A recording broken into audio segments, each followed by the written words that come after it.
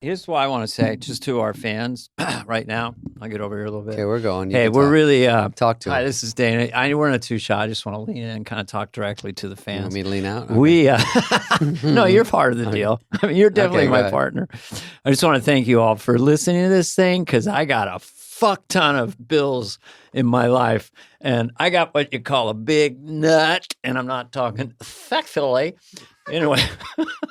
So I thank you for listening, and I know you're usually driving and doing something else, but I have no anger about that. I'm just glad you're listening, and I hope it brings you a smile. David, would you like to address your fans? Yeah. I'll lean out. I hope it brings more than that. I'd hate to go. I listened to that hour and a half shit, and I got one smile out of it. What, are you reading the comments? You never can read the comments. Do.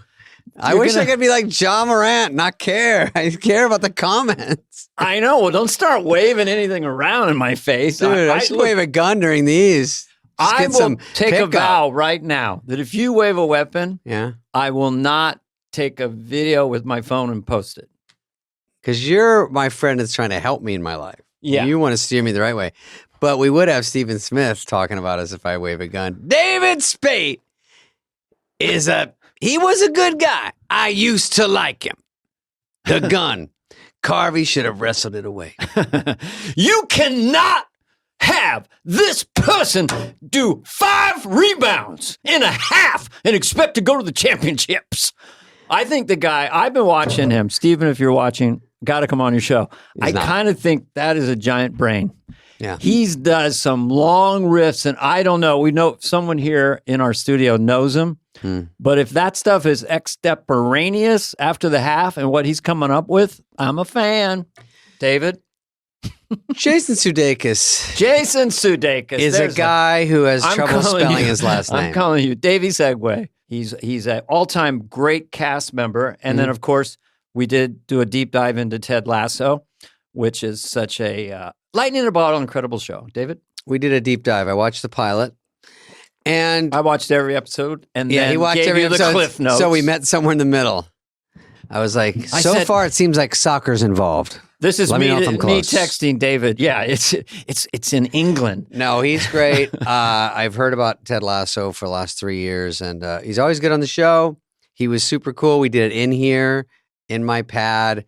We had a blast. Yep. He's just a fun dude. He likes to talk, didn't dodge. We just blabbed about everything, and he was a crack up, man. I had a good time that day. I would say that he, that was the first time like doing this podcast. You get to like sit with someone directly for well over an hour and get to know him. So I really got to know him, and he's a wise. He's an old soul. Sorry, I hate that cliche, but he says some really wise stuff and philosophical stuff, maybe coming from Kansas's own Jason, incredibly humble, regular guy. And I was fascinated how Ted Lasso came about and the origins of it and where it went and how much of his personality and the genius of a lot of moments in that show that you just don't see coming. Yeah. So hard to put together a show that works. So hard to get it to be a universal hit like that. And, they put the secret sauce together. That's a huge accomplishment. We talked about everything you could think of, Dana. You know what you said once? You said something nice. You said, you have an old face. And I said, an old face? Soul? No, it was an old voice. Oh. No, I said he has a very cool voice. I've told you had a cool voice, but you never take me seriously. I get texts later. Did you mean that about the cool voice? Dana, tell me again. Look at this. I used to do this with my pen. Can you see that? On the shitty camera. Look at this. Then I go like this. Pew, take that, teacher. You know what I like? Oswald. David, I like when older guys go out with a young woman and they say it's not because she's young, she's an old soul. So she's an old soul who happens to have a great ass. That's great ass. I don't care. I don't care about the fact that she's 19 with an incredible ass. I'm attracted to her. She's brought out of high school. It has nothing to do with that. I'm 91. Hello. I'm Horn Dog Billy. Jason. We're going to get letters. No, we're fine. We're getting letters. Jason Sudeikis. Yeah, we better enjoy this. It's a very mellow conversation, very informative and real, just about how people like Jason get to be Jason. And this is a really interesting journey. I would listen if I were you. Don't pause it. I'm talking to the people in the car. They're like, I just got to go into work now. You know, it's good that no one Skip works work. anymore. No, because no one works. You ever heard of this? Yeah. Fun employment. Instead of unemployment, put an F on it. Fun employment. It's like you kind of quit your job and you just travel the world. You ever thought of doing that? I'm soft quitting this podcast. I'd stop talking. That's a good one. Soft quitting. Yeah. Should we end on that? I like a soft opening of a restaurant. When I pull my wiener out, they go, "This is a soft opening." Wiener? Where are you from? 1968? Wiener? You call it a cock. Wiener. I don't like when girls use medical terms. Jason Sudeikis.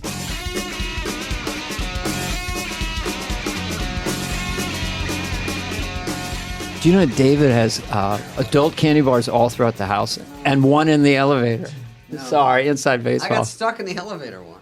Well, he's an elevator here? Yeah, he has an elevator. Yeah. It's time you learned. I heard he only gets paid scale plus $1 million. So you did Joe Biden in the early days. Him 2012. Yeah. Where he's kind of a... We're in 08. I mean, I did him in the... the first time I did him was like when... some Christmas episode of maybe 2007 or something like that. Like, and I forgot. And then when Obama picked Biden as his running mate, Fred Armisen texted me saying, "Congrats." I was like, "Well, for what?" He goes, "Biden." I go, "I play Biden?" He goes, "Yeah, I played SpongeBob SquarePants." Like it was a Halloween sketch, and I was like, "Oh, right." I was like, "I guess that means I you already had it locked in. I mean, unintentionally, yeah. I mean, and then I got to do it and be, who was the magician that went on after the Beatles on Ed Sullivan? Basically, I lived that existence playing Joe Biden in the vice presidential debates against Tina Fey's Sarah Palin. Oh, okay. Exactly. Wow. There's the metaphor. They look alike, they sound alike, it'll blow your mind. Yeah. And just everybody was clamoring for it, and she crushed it. And I had fun runs written by Jim Downey and Seth, but everybody was like, yeah. Okay, there we go. Here we go. You there wasn't much to do. He was full sunglass Corvette guy. He was at Alpha at that point compared to he's older now. Yeah, so it was a different take on it. Paternal, very very grand paternal. That's all I got. That's kind of close. Yeah. I don't know. Good Lord. So we have Kansas's own. Yep. Kansas's own. Now you play basketball. Mm-hmm. The only thing I'll ask this first. Could you touch the rim? I could. Could you dunk a baseball? I could dunk a baseball, yes. I probably dunked a basketball 10 times in my life. Shut up. Never during a game with a referee. I was just talking about this yesterday. Any witnesses? There's basketball going on right now. A lot of basketball. So I'm just... Yeah, so you're dunking's on everyone's mind. 6'2" or 6'1"? 6'1". 6'1". What's your wingspan, though? Oh, probably 6'1". Probably nothing spectacular. So you had a pretty good vertical to get a basketball. It was also adrenaline. I also had a lot of friends that could jump, and so it's a little bit of peer pressure that way, too, where it's just, come on, just shut up and do it. But I do remember if I dunked 10 times, 6 of those times were one day after playing basketball, like in between junior, senior year, sophomore, junior year, like during summer. That's unreal, dude. My dad put up a 9-foot hoop and it fucked all the kids because we were awesome on the 9-foot hoop. And then we go to high school. What the hell is it doing? Airball after airball. Yeah, exactly. I can get the net. I can dunk on the net. 9 foot is awesome. It's less of a big deal now. I feel like shooting threes off the dribble is what it's all about now because of Steph Curry and whatnot. But back when I was playing, dunking was the biggest deal in the world. I mean, was the test market for those strength shoes. That they that would kind of create. Yeah, I mean, I had a pair for the legit reason. I would jump rope in them all the time. A lot of time spent on that. But yeah, when they do it now, they go past half court. It's like 1 step, 2 step, shoot it, and you go. Jesus, how do you guard? You don't even know what's happening. He changed everything. It's just 1, 2, boom, and you go, and then they make it 90% of the time. Yeah, Caitlin Clark on the women's college circuit too. I mean, it's all over the place, all over the world. Yeah, just shooting. You play Sandler? Adam and I have played. I think we may have played once or twice, but not enough to have a scouting report. Mm-hmm. I hear he's good. I know he gets into it. He's competitive too. Oh yeah, yeah. What are you doing? It's all fun and games till the game starts. Exactly. Yeah. Like, get open. I go, what? You don't talk to me like that. Jesus, Happy Gilmore. I'm not funny. He goes, check the call sheet. I go, all right, you can yell at me. You are not triggering financing out here, buddy. We are all the same. No, but no, he's played in a game with my buddy Sam Jones that I've played in a few times, and my buddy Brad Morris. But yeah, I haven't played maybe once or twice. I mean, probably the most fun I'd had playing was hearing the stories of Gary Shandling's game, then getting invited to go play in that with Sarah Silverman. Oh, you did? Yeah, and before he passed, and then a huge thing was when Gary was like, "Hey, you can come without Sarah if you want." That's a big deal. A lovely sort of, because I'd read about that game forever. Like, Gary Shandling's house. Yeah, absolutely. Would be Sarah, you. I mean, who were the regulars? Oh my gosh! I mean, McKay was there. Jimmy Miller. Jimmy was there a couple times. When I used to go in the not early days, but there was a run there when I went and I was no good, and I sort of got pushed in the background. Yeah. Just not the emails anymore. You could be a Muggsy Bogues out there. I was like distraction, whatever they call it. Yeah, I just want you out there, like on the side, just like We need a new guy. We need 5 to keep it even. You go out there and run around in circles. Or a Spud Webb. I would have been a Spud Webb. Yep. But no, I got out of that quickly. I was D basketball in high school, and our center was literally 5'3". He controlled the paint. Yeah. That was when they had D basketball. 5 foot tall, 91 pounds as a freshman. What about you? Were you always a bearded stud in high school? Were you a late bloomer? It was a beard of acne, like any of us, right? Like, I don't think I could grow a beard until about an hour before I got here. How'd you get rid of the acne? Because I had it bad too, and I bought all the products. Yeah. And then once I said, fuck it, I'm not going to put anything on it. And then within 2 months, it went away. Isn't that something? Did you do that? Or? It was a little bit like it just kind of went away. Like a lot of things that have affected me or have fallen on me as almost maybe psychosomatic things, whether it be, patches in growing a beard or back pain. Like so much of it, I think, is where you're at mentally. And there's so much attention put on that. And my mom, bless her heart, was always really more worried about it than I was.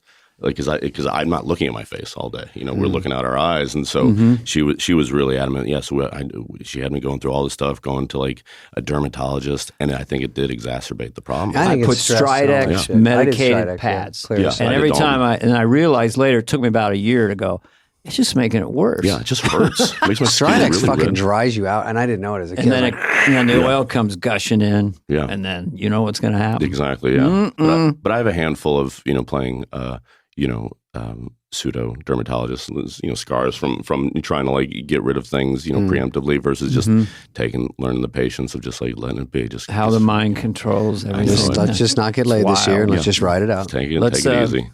Yeah. Were you in high school? Were you like captain of the team, or you were kind of a funny guy with your friends, or what was your lane? Funny guy. Like I was the point guard, so like kind of a de facto, captain in the sense that you're coming down. Varsity starter. Yeah. Okay. During junior That's year. Big. Yeah. As a junior. Yeah. Okay, so you were good. I was decent. Yeah. Player. For my area and my skill level. Yeah, I wasn't too shabby, but.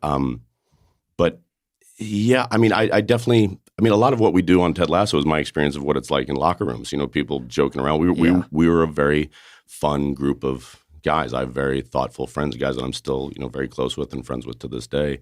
And we just we joked around a lot, much to the chagrin I think of our very athletic minded alpha.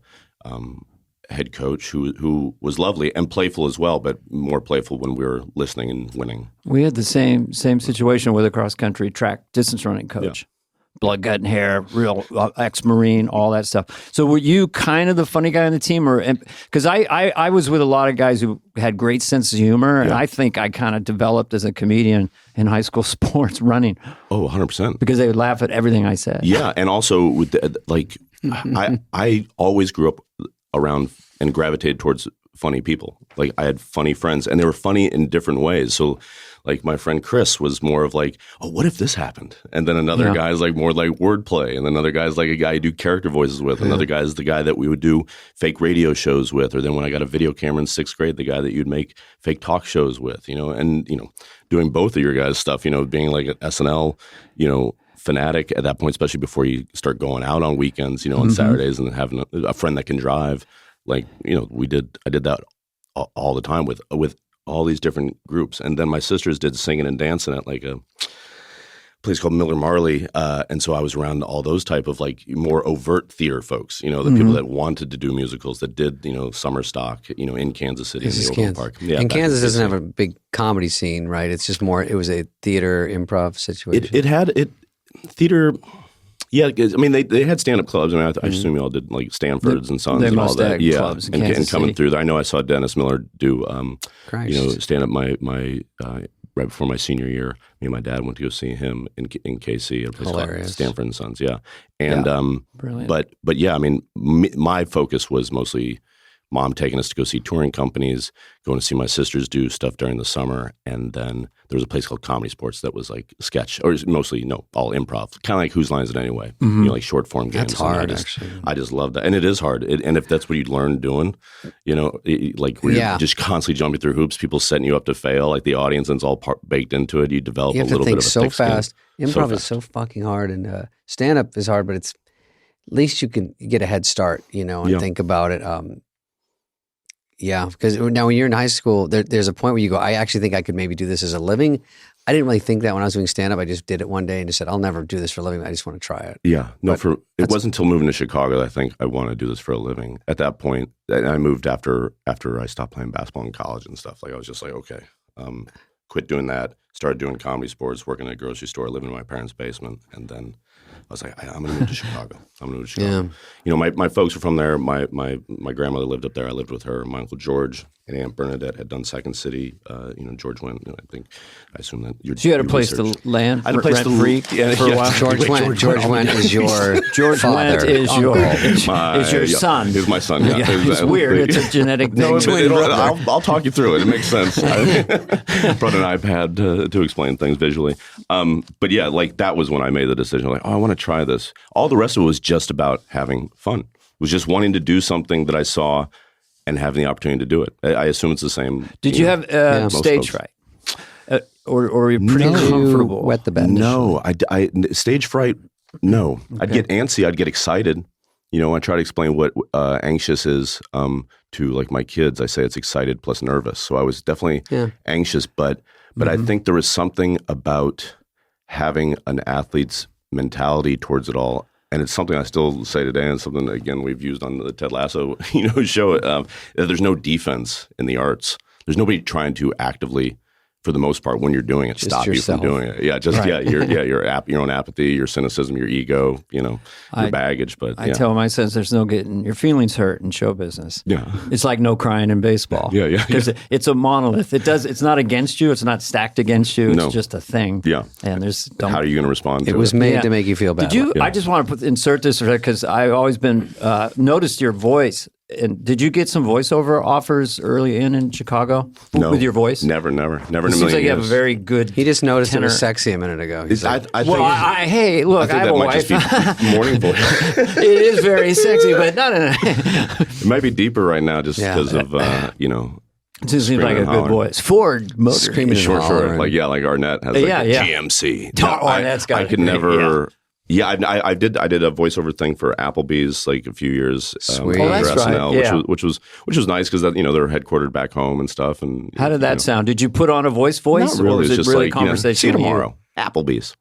Again, see hey, Applebee's. Feeling like a pot pie? Yeah. All the spaghetti you can eat. Tired of blooming onions? Then come to Applebee's. Sick of breadsticks.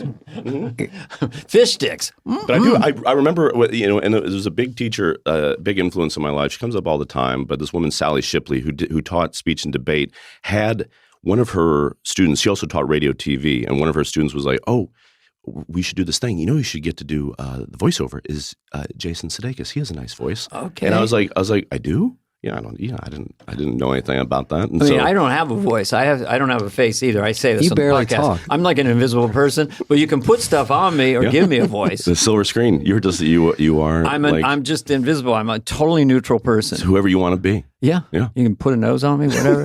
Give me an accent. It's a blessing and a curse, isn't it? I don't know. I'm so tempted to talk about Ted Lasso, but I don't not. They told us, do not. Oh, for real? I figure, they said 45 minutes in.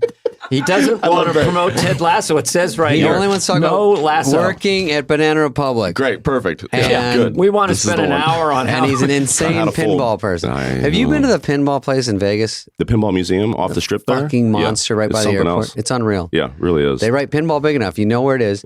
And I went in. Yeah. Bing, bing, bong, bong, bong, bing, bing, bing, bing. Free game. It goes like this. Yeah. Free game. But I did it. I went through there and got all the effects. It's a good place to meet kids. No, I'm kidding. So no, I went in there. I felt weird because I'm like, it's mostly adults. I go, who's weirder? You know, I'm in here. But I played Galaxia. Yeah. Asteroids. Boop, boop, boop. Asteroids. You don't find them everywhere, Dana. Mm-hmm. No. You don't go to Shakey's anymore. I did. Guys, I'm from the 50s. I mean, we had a pinball machine at the lake. It was Lake the devil's Ronan. game back then. It was gambling. It was bad news. Don't put your quarters in well, there. Guppy would...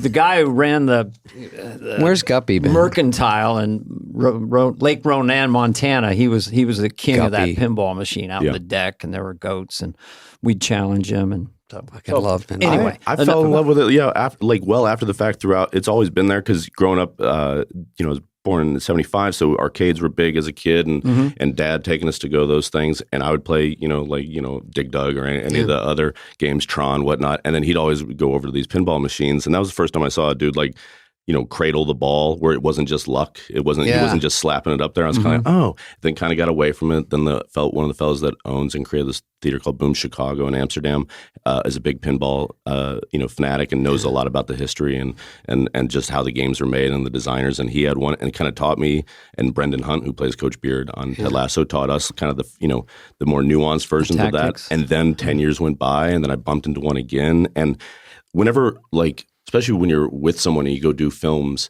and you're spoken for, to go out on the town can be laborious, especially as you people knew me from SNL. Yeah. So me and my friend Chip, who I work with, we would go find a place. I had found an app that was just oh really? Pinball, where you found out where the pinball machines were. And so and it's so great because it give you a reason to go out, give you a focus on something. It's not just having a beer. We're not do something. Give you something totally and to focus on. And also as people maybe started to join us, you could kind of just include them. It was always, we'd always rent a pinball machine too, wherever we were shooting a movie, just to kind of learn it and give ourselves something to do. That's like a Sandler movie. It Actually, is, right? Yeah, it feels like in Jerry's Deli. We've hatched a little PG-13 on Netflix here, boys. Okay. Jerry's Deli in the Valley was a big place to hang out. I think it's still there, but maybe it's not. Jerry sold it. Yeah, but they had, so that was the old days of Sandler, Drake Sather, Schneider, where they had pinball in there. Funhouse, a game called Funhouse. Yeah, I love that game. And we would, just hours. There were just because there's nothing to do with stand-ups in the day. Yeah, bored off our ass. Go bomb at night. Come back in. It's practical. It's physical. It's a quarter. It's not that bad. You get $10. If you can ride it out. And if you have a good game, it lasts 15 minutes, and then you're sort of competing against folks. Oh, you hate when someone's got a long down ball. Yeah, I'll come back. And then you hear that knock. That's a good one. It's very close to what it is. So you lived above a Burger King. Yeah. Yes. So when is this? This is my first. Burger King's places above Burger King? It must have been in New York. It was absolutely in New York. Okay. On 46th Street between 5th and 6th. Mm-hmm. It was the first place it was the only place I looked at. I moved in. They had me at the Paramount. Supposed to be 2 weeks. I ended up Is that for SNL? Yes. That's what I did too. Yeah. I go, really? Something's wrong with my room. It's 2 feet by 3 feet. I went down to the front desk and they go, you got a king suite? I go, no. This is my whole room, and I had no fucking idea what was going on. I had to sleep in the fetal position. It was so small. But literally, you couldn't stretch out. Oh, you could absolutely touch the wall either side. It's but this was at the Paramount. This was the room the hotel that they put you in. And they don't count on you bringing a suitcase. Because when you go in, they go, you can go in, or the suitcase can go in. You both can't go in. It's honestly, there's a stand. It's on your bed. It's so funny. Go ahead. But I was there. Yeah, I was supposed to be there 2 weeks. I ended up extending it 6 somehow, and went to an internet cafe. Looked up a place on Craigslist. My sister Kristen had already lived there for a few years, so I had her come to the look at the place, and it was and I could see the 30 Rock out the back, out the blinds, because that was why I was here. I figured I was going to get let go within at least whatever the writers guild minimum. It's burned into all of us. I know. We all sound like fire me. Just why would they hire you as a writer? Did they see you perform, but then also liked your writing and said, let's just try them that way first? That's the impression I get. Okay. I never asked. I mean, but that was the impression I got. I mean, it was a little bit like I would have said, I was kidding about, Sandler wanting you around the game. You always hear that Lauren, he just wants funny people around. So even though I auditioned for it, and I auditioned the year after Tracy had left, and and it was the year Keenan got hired, a fellow named Finesse Mitchell, and yeah, I had a decent audition. I had one piece in there where I play a senator who offends black people, and then when he goes to apologize to them, he then offends Jewish people, and then he offends. Then when he's 2003, exactly. Yeah, it was based on Rick Santorum, like he compared homosexuality to bestiality, and then in his apology, like just doubled down on it. It was like, what is going on? And so I did that, but it was nonpartisan, and so they liked the writing of that because it was taken. I like there was thought behind it. Yeah, exactly. Yeah. Steve Higgins was more vocal about why I got hired. Maybe you could give it to someone else. Steve Higgins was the champion for you. Him and Tina, who I knew her and her husband from my Second City days. And so then it was just a matter of going out there.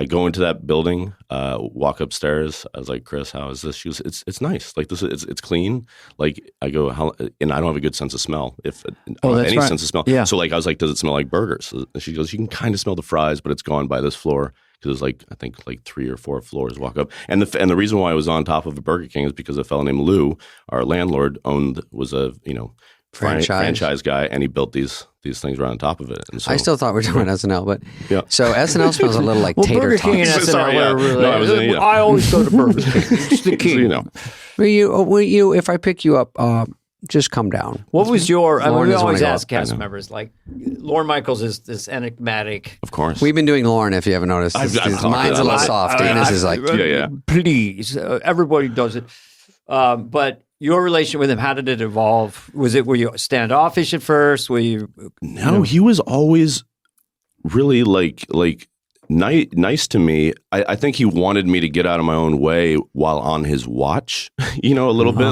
Like I would say that, the part of him that hires people because he sees something in them, or someone that he sees something in says that, you should go after this person's got something. I think he's seen all of us or our archetypes like a dozen times over at this point. Yeah. So he kind of is like, okay, I'm going to give you Billy Murray advice. Right. They attach you to someone. I mean, I don't know. I've never asked him, but that's what it felt like a little bit, like because he was auditioning. Who to, but he was always supportive. Like he was always someone that I felt I could go up and speak to. I remember that after that first audition. Talking to Horatio and Maya Rudolph. Horatio I knew from Second City. Maya, who I just met, but it was lovely. I went down to go downstairs and go, they're not going to laugh. No one's going to do anything. Like, don't worry about it. And then I went down and did it. And after I got done with my studio audition, the first one, Lorne came over and shook my hand. And I did not know what to make of it. Would not know. Wow. I still, where it doesn't. Yeah, I still don't know what to make of it. He came over and shook your hand. He stood up, walked over. Now I walked forward, and I was told that no one's going to laugh. People did laugh a little bit. It was only like 5 people. Sure. And then he's not going to say anything. And then he got up and did the opposite of that. I was like, and I didn't go upstairs and try to make sense of it. I probably haven't really spoken much about it because it didn't. I was like, now I don't know if I didn't. I then walk out, go back to my dressing room, which was, Daryl Hammond's dressing room, I believe at the time. And he may have just walked out behind me and gone to the John. You know what I mean? So I don't know. Can you give me a piggyback ride? Exactly, but it is interesting how he will cast it sort of almost like a sitcom in a way. You'll be Bill Murray and Bill Hader will like be sort of a young Aykroyd or Phil. Were you like a Phil type or no? No, I don't know if I was. I feel like he wanted me to be. The thing that really helped, like sort of pushed me over the edge, because I wrote for those first 2 seasons was like I wrote when you came back to host once, and I was on the cast when you came back to host once. But that in those first 2 years, there was a sketch that we did when Tom Brady hosted, and I basically did like this, like the same dancing that I do in that What Up With That sketch. The exact we wanted to talk about that. But I did that dancing so because Beck was performing that week, and he had a guy that was doing the dancing, like kind of like off to the side, and so I just made the choice to do this, and then it made a bunch of people laugh. And I remember Tina telling me that during dress rehearsal, when that sketch was going on, he kind of looked at the screen and goes, Dan Aykroyd. Oh, and then we had the show Saturday. The sketch made it on, as did the other sketch that me and my buddy Joe Kelly wrote for our man Tom Brady. And then 2 weeks went by, and during that break, they hired moved me into the cast. So it was kind of like. Well, it's such a specific dance, and it always makes you laugh. Even if I watch it again, and I'm laughing every time because it's so specific, and you're playing it so earnest and so clueless. So, and what's up with that? You can't take your eyes off you. Yeah. And Keenan talked about how much you made that sketch, I mean, that's very sweet of him. I would argue. Because you didn't have a line. You're just, what he call it's like a bicycle thing, and then you would do the side hip Running thing. Man is hard to do, and you look so stupid. Yeah. And your wig, and also, I think in the Ted Lasso clip where they say, it looks like you're in the middle of all the guys, and 100%. That like the first show. Yeah. So it's a hilarious very dance. specific. What's up with that is just funny anyway. It's just funny, and it was such a joy. I mean, what were when people ask me my favorite sketches from that one is always top 3, and not necessarily because of the effort I put into it or the way people respond to it, which is always lovely, but just it was the one that we did, my generation, where when they'd start to build the set, people would start to get hyped. Then it found that spot after update, so they'd tear away the update thing, then they'd start putting up that, and the people in the crowd. And we were all in it. Great. Everyone was in it. Everyone was in some weird it's a gigantic costume. It's the cast. best. And you'd always have like Robert De Niro there, or somebody like some weird cameo. Bill dressed as Lindsey Buckingham. Yeah. We knew exactly where it was going to go. We're just slotting in all these things, and it was great to get a cameo. It's great when people, even cast, want to be in it, or a host comes in and says, "I want to be in that." Yeah.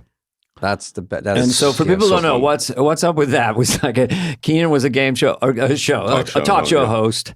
Whatever and then it was. he never got to asking anyone any questions. And it was these long musical interludes. Long intro. You have background singers, I think. Yeah. And then you dancing. And also athletically, did you get out? I mean, you did it for a long period of time. It was more of a magic trick. I would do it for a little bit of time, and then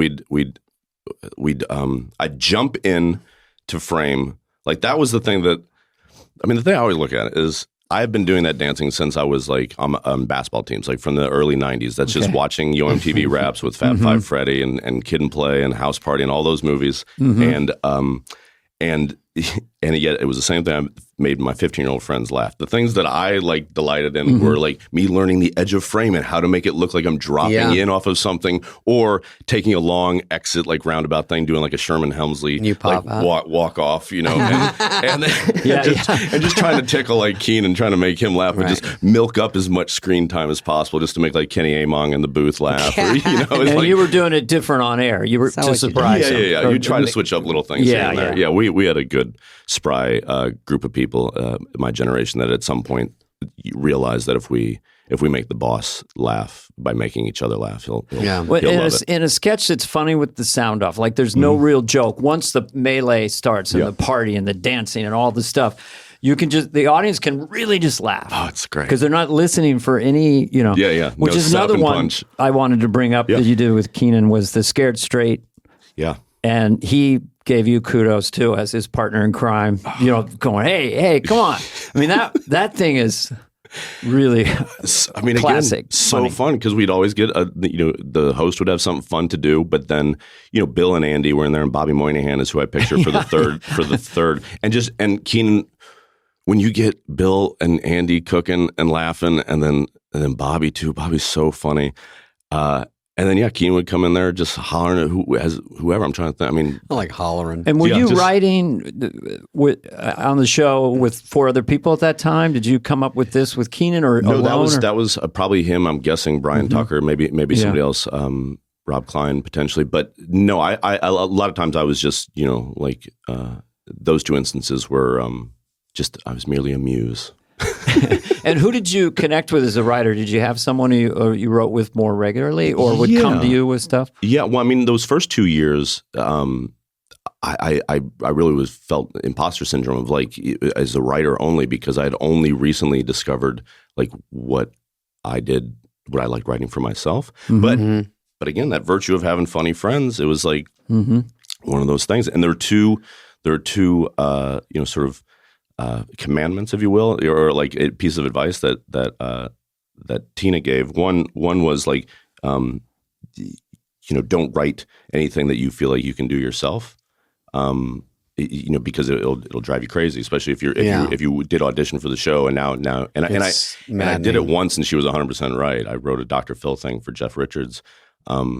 Later in my first season, because I just wasn't getting anything on. So I was like, well, I'll write something that I know. And Jeff and I worked on it really well. And it didn't go super great at the read through. And I remember it being unnaturally upset, like where it's just like that's. Well, you mean you knew how to play it? You're yes, like, but that's my thing. Yeah, but when you hand it over, it's like I'm okay. I was okay doing that, but people, it's like people weren't hot on Jeff at that point in that room, and he was doing it well. It just like didn't get over that hump, that Wednesday he is hump. good. It's a tough room. God, I think when they hire you as a writer, I think Dana, it's like a little scammed. First of all, it's a little cheaper. It makes you work harder. Yeah, sure. I didn't want to be a writer. I didn't know how to be a writer. I was from Arizona. I just barely had 25 minutes of stand up. And Rob Schneider and I, we got the call together, and he goes, "Hey, it's great news. We're hired as a writer, performers." And I go, "No." He goes, "No, that's great. That's what Chevy Chase or someone was." I go, "I don't know how to fucking write. And I don't know how to write for other people. I barely knew how to write for myself." So you get in there and they would say, write for Dana, write for Mike Myers, write for whoever. And I'm like, it's so hard. And also I barely have ideas myself. Yeah. And then you give them away and it kills you inside. Yeah, I know. And for me, what eventually happened was I started pairing up with like Fred. Fred and I hit it off. And Fred's just a lovely, fun guy. Yeah. And what I couldn't do was make up something for these guys, like on a blank page at that point. But what I could do is listen to what they did, do bad impressions of it, let my brain click into that, and help with rewrites. Like the rewrite table was, I still love it. I'd sit at any show's rewrite table. That's my. It's fun to help career. someone else's sketch because your ego's out of the way, and you're just like, oh, how about to get this? one line in, to get anything in. The best. It's like, and you feel like you're in the game. You're like, if I can compete, just be. Yeah, even with these guys are in the mix. Absolutely, like that I'm not taking up space here. That I do belong here. I have worth being here. They haven't wasted their time. They're not money. rolling their eyes. Exactly. I told Dana this when he was there. I think when there was a sketch where he used to play receptionist. I wanted to do it. I hadn't been on much, and I was sort of teetering on every summer. They'd go, I don't know if we're going to keep them, and I'm like, God damn, how can I work any harder? Maybe I'm just not good enough. And then I got on, and then David Bowie was a musical guest, so I said, ask him if he wants to be at the end, and I won't know who he is. And then he said yes, and then he wanted to call me, and then he asked if he could be my part and switch. And I said no, and it was so hard, but I go, I have nothing. It made me think what you said about you just want to get on, so even like one of your good sketches, you might just give to someone that you brought in. Yeah. Just to get on to stay. Yeah. And then worry about it later, like, okay, I gave one away. But I don't even know if that one was any good. You just go, I want to do it. And he's like, oh, yeah, okay. And I was like, oh, my God. And I get to talk to David Bowie, and then I get to go sideways with him right away. He's like, yeah, okay, go fuck yourself. Good luck with your shit. I had that. I had a different angle on that with Robin Williams, who I adored and was a really good friend, but he really wanted to do Church Chat. And this is in the early days. Right. This was my golden ticket, and I was very careful. And I thought if Robin got so excited, it would be like, oh, look, no tits, that kind of stuff. Exactly. I was just afraid of it. And he even called me Saturday morning at like 10 a.m. To be in it? To play, be in it, to be a guest. I would really like to play, And it was heartbreaking, but, we got past that. It wasn't, but it was, in those days, if your thing was very precious. I wanted to keep it quasi-real in a sense. Yeah. So, but, happens. Not like, quote unquote, sell out, like by giving it over to the show. I mean, again, I'm using this, metaphorically. It's not selling out. Well, that was a survival. lucky thing because the cast, I had Phil and Jan and people in it. And it was a lucky thing. I didn't know home base and then have the cast come and go and the host. So Lauren loved it because I didn't have to score. Did you come in with characters? Not really. No, I did like... No, not really. Did you write them down? Was that a thing? I did like 3 characters and like 7 impressions that first audition, and it was mostly that senator sketch that I mentioned. And from what I heard, like when you get to that point, like how the heck did I get here? In 3 years, once you sort of know you're there. How did that make it? Whatever you did, you mean? Yeah, exactly. Or it was as much like the banter in between, like dealing with like whether the piece played well or didn't. I was. Yeah, dubbed, being funny, so they just wanted me at the table because it did feel weird getting, being like actor. I mean, I called my manager over at Brillstein, Jeff, and I was just like, maybe I fucked up. I think I should just stay acting. No, you're in showbiz now.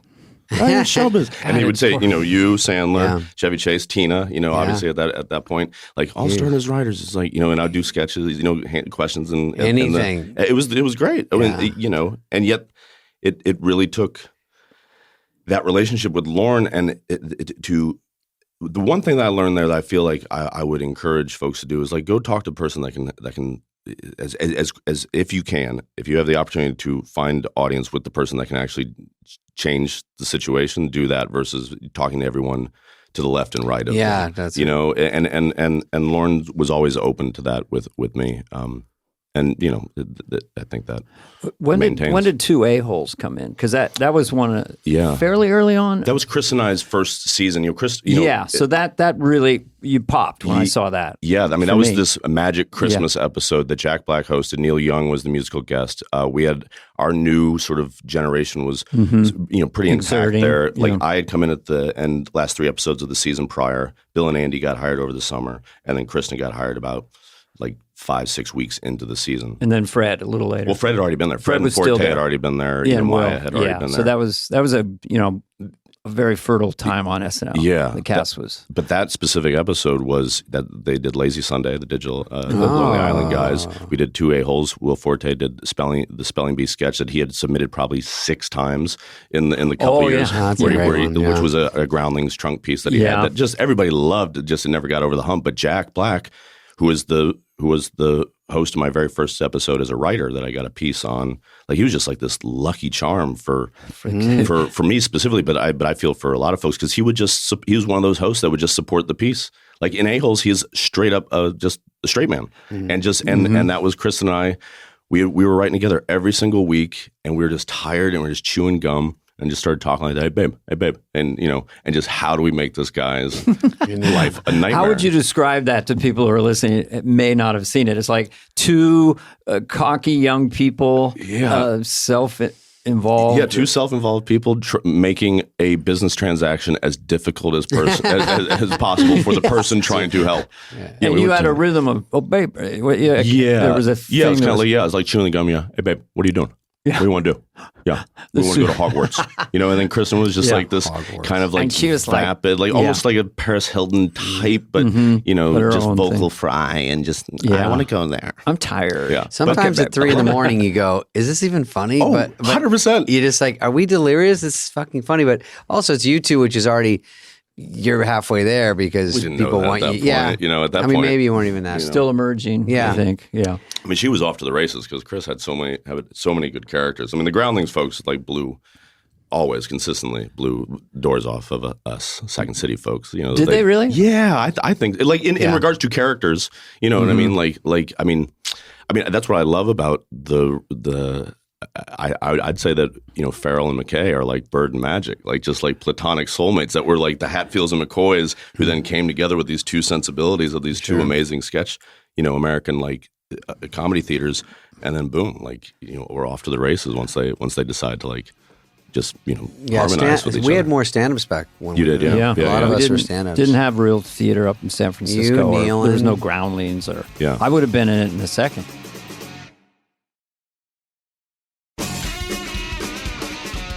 I wonder what it's like to be in the Groundlings today. Right. Because it's obviously such a feeder system. And now the Hall of Fame with Lovitz and Phil and going, of course, must be very nerve-wracking because if you get in that and you're in the main company, people, you have a chance, I would assume so, but I think it's like, especially being out here, because that was one thing about Second City in Chicago is that you weren't, it was just about trying to do that well, like navigate like that. You wanted to be a good improviser, you wanted to be a good writer, you wanted to be a good actor, but you wanted people to, do a good job for the piece, but you weren't thinking beyond like the building you were in a lot of places, because I think it's in Chicago, even though it has that same, alumni, plus 20 more years. And you're kind of famous just doing it in Second City, right? I mean, that's a pretty big deal already. Yeah, and you're getting paid for it, which I don't know. I don't think Groundlings gets paid. I don't know if things have changed over the past few years. But can we talk about a few more of your really cool sketches you were in? I mean, the commitment. I mean, I watched I don't know if David saw it, but the Potato Chip with Will Forte and the way you both played it with such full-on sincerity and drama. And then when you started to break, I just thought, no wonder he's so good at Ted Lasso. You see the seeds of it. Like, sure. It's comedy, but I really felt bad for the way you played it. That first you were super defiant. You didn't need the potato chip. It's a complete theater of the absurd. Oh, absolutely. With such commitment. And Will Forte is a freak that way he's on. And then the way you decided to give it up, and then the way you saw it? I mean, you must have known that was, because that's such a weird sketch that people who like it must really mention it to you, right? 100%. That's one of those sketches I'd be curious to know from both of you. What's the one that people can come up to you and like, oh, we would have been friends as kids. If you like that, then we're like friends for life. People say, "What up with that?" That's great. People dress up like that character for Halloween. Yeah, but I would say Potato Chip and Main Justice. Is another two that if people come up to me and go, I love Potato Chip. Yeah. Then I'm just like instantly have a soul connection with that person. Do you have one like that? Oh, yeah. Skinheads from Maine. Which I did. I love we both have a Maine sketch. I did it on the variety show with Colbert. Yeah. It was just a flight of fancy of a Petrich Farm kind of voice being a skinhead. Yeah. The weather's the only thing that the Jews don't control. It was that level of him. That's funny. And what are you with in there, Clem? He goes, I hate stick for beating Spaniards. And so it was skinheads from Maine. Yeah. So people at an airport come up, hey man, our friends and I always mention that. Yeah. Because we're skinheads. Exactly. Yeah. Thanks for making us palatable. Thanks for repping us. What about you, David? It would be bye-bye. Maybe. Bye-bye. No, we did bye-bye twice. The second one bombed miserably. It's a very catchy catch. It's a catchy one, yeah. That was the only one. It was only twice. That's what we did, and then we went away I went to Los Angeles the next day, and this flight attendant said it. And then from then on, I probably honestly heard it maybe every day of my life for about 10 years. Because when you go off a plane, if they say anything like that, your head goes to your sketch. Absolutely. Yeah. And then that's the easiest thing to say. And then they were told not to say that anymore. And then they show the sketch, because my friend's wife worked for American. They show them and say, this is what they think of us. So we have to change our own. Like, geez, we've ruined everything. We say good morrow. Now we say good morrow. We say get fucked, get fucked, get fucked. I mean, they still hate you, whatever they're saying. Sorry about the legroom. Sorry, we're charging for bags. Yeah. No, it is. It bought me some street cred with. Sometimes they come by and like you're on the Southwest and they give you like a thimble of water, and then they come by and they go, hey, and they wink and they give me like a 2-gallon jug, and I go, oh my God. And then the person next to me, can I get another water? I'm like, I'm waterlogged. I've had too much. I'm holding it like a baby. And they're like, get fucked. I have too much water. That's mean. Get fucked. I know. They get mad at me. Now, what about this Main Justice guy? That's another really... Yeah. I mean, it's the same character, really. I noticed, which is, but it's such a fun... How do you describe that sort of character? I mean, he's like got a little goatee. He's like Colonel Sanders or something. Yeah, like what's funny, and this is one of those things that I love, like one of the lessons, like showbiz lessons that it can almost extend into life lessons at SNL is the Potato Chip sketch was done when I was going through a divorce. I was like not sleeping well, like being pulled every which way. John Solomon and Will Forte, who were writing buddies, went to UCLA together, etc., and created all this stuff since Last Man on Earth and MacGruber and whatnot. They write Potato Chip, and the reason they write that thing is because I had done a sketch a few weeks earlier. The first time we did. What up with that, actually, when Gerard Butler hosted, and I had just seen Cool Hand Luke, and I was kind of like, oh, it'd be funny to do a Cool Hand Luke sketch, but Cool Hand Luke tries to get out of eating the eggs by just being like, are these free range eggs? Like it's like he says, I bet I can eat 50 eggs. And then I wrote myself as like the George Kennedy part. So I'm doing all that kind of, oh boss, here we come now, doing all that, and it did well, but it didn't get picked. So you. And that's the beauty of like Wednesdays is like that's when you write one for them, one for you, and you do something, and then your friends, like hear things, or your coworkers hear things. Oh, Jason can do this voice, and so then they write Potato Chip and write me in that voice. Yeah, and so it comes from that, and so they're just right from this really crazy, silly place, which is literally just me doing a bad George Kennedy from Cool Hand Luke. But a loud, bombastic, cocky, high energy is fun to do in that studio. Yeah, and just picturing an outfit, whatever. Yeah. Well, again, one of those great things that I think Kristen is such a perfect example that the Groundlings folks had. Like they could see these characters that could just be transferred on the television. Oh yeah, with like wigs and just like the slight, like just a couple, props and wardrobe, and boom, they're off they went. So then with Main Justice, there was an idea that I had first year for Horatio Sands, and it was more like Texas Justice. And then just like then we just like added some layer of absurdity to it. We just make it Maine. And I mean, I've told this story before, but like Lauren and Seth hated it because there's no logic whatsoever. Yeah, it's not really a Maine accent. It's not Maine. It makes them like, why are they talking like this? What is going on? Why are you talking about, crawdads up in Maine, and not lobsters, all this stuff. Yeah. And myself and Mike O'Brien, who was my office mate and a good friend, we wrote together a lot. And I'm trying to think who else was in there. Oh, I think Rob Klein as well. who was a Harvard kid, super clever and silly.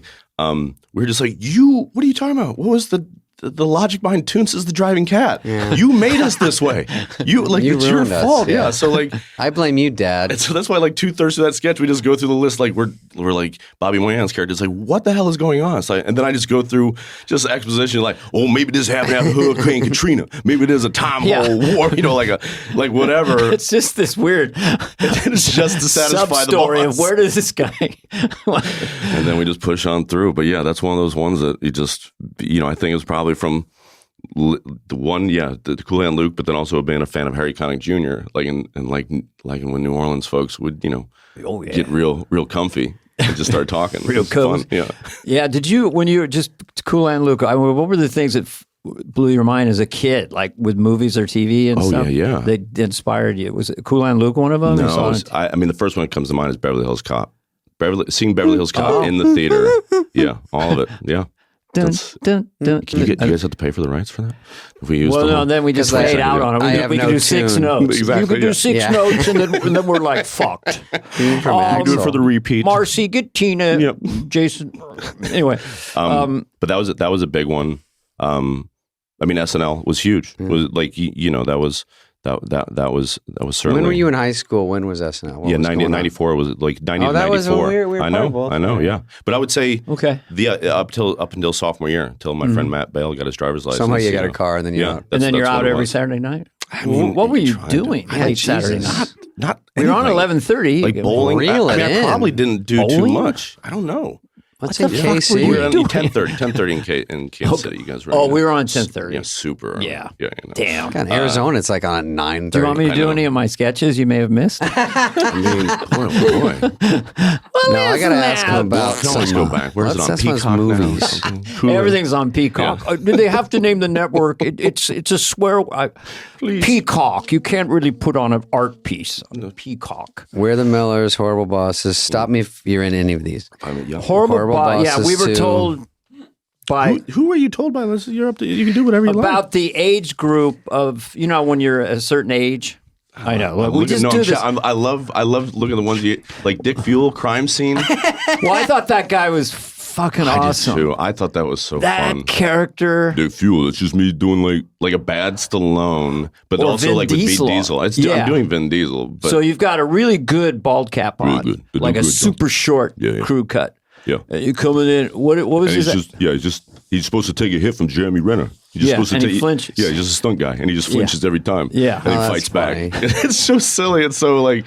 But yeah, I did that for the MTV Movie Awards when I hosted. That's it was fun. me. You can look at this if you want. It's just so Crime Scene is one of my favorites. We did that with Charlie Day. Yes. Okay, so now that was another great one. But that's written by Joe Kelly, who's one of the co-creators, one of my dear friends who co-created Ted Lasso. Mm-hmm. That was a scene that he wrote for a sketch show after he didn't get asked back. He had a killer year at SNL, didn't come back, went on to go do great work at How I Met Your Mother, a handful of other sitcoms. He co-created Detroiters, etc. That was a scene that I saw him do in the sketch show. It was all about cops and magicians, right? So he does this thing, and I'm like, this is a humdinger.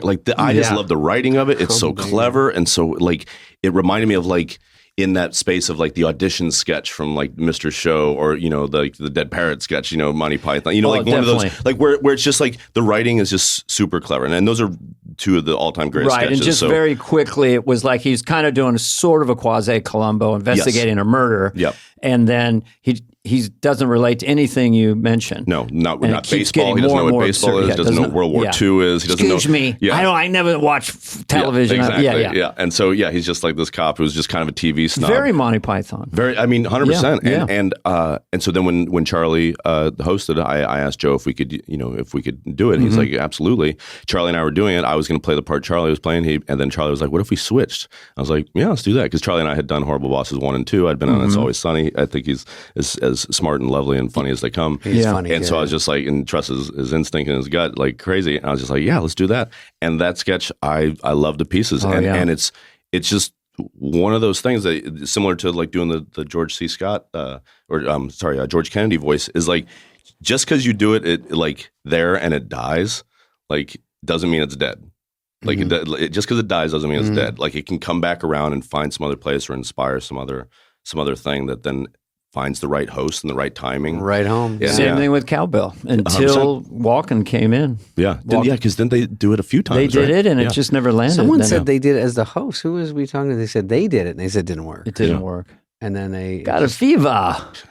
You just need crazy Bell. walking. I mean, you can't. It's one of the greatest rhythms Absolutely. for thing. And then Will, who can lower his IQ, which we said in like 5 seconds. So Cowbell, he does this thing with his eyes where he's really stupid. He's so committed. So funny. So the two together, Yeah. it's a magic sketch. But this one I watched, and God damn, that was fun. Yeah, that's Joe Kelly and Charlie Day, and me just trying to get in where I fit in. You know? Damn. Dane, I want to ask about Horrible Bosses because well, we should because people on our staff were mentioning. I saw it. I love Horrible Bosses. I saw Horrible Bosses too, and also the Millers. That one was another smash. And you have Aniston in both of them. Yeah, she's in all three. I mean, what is she like? I've seen all these movies. Wait, she's in them?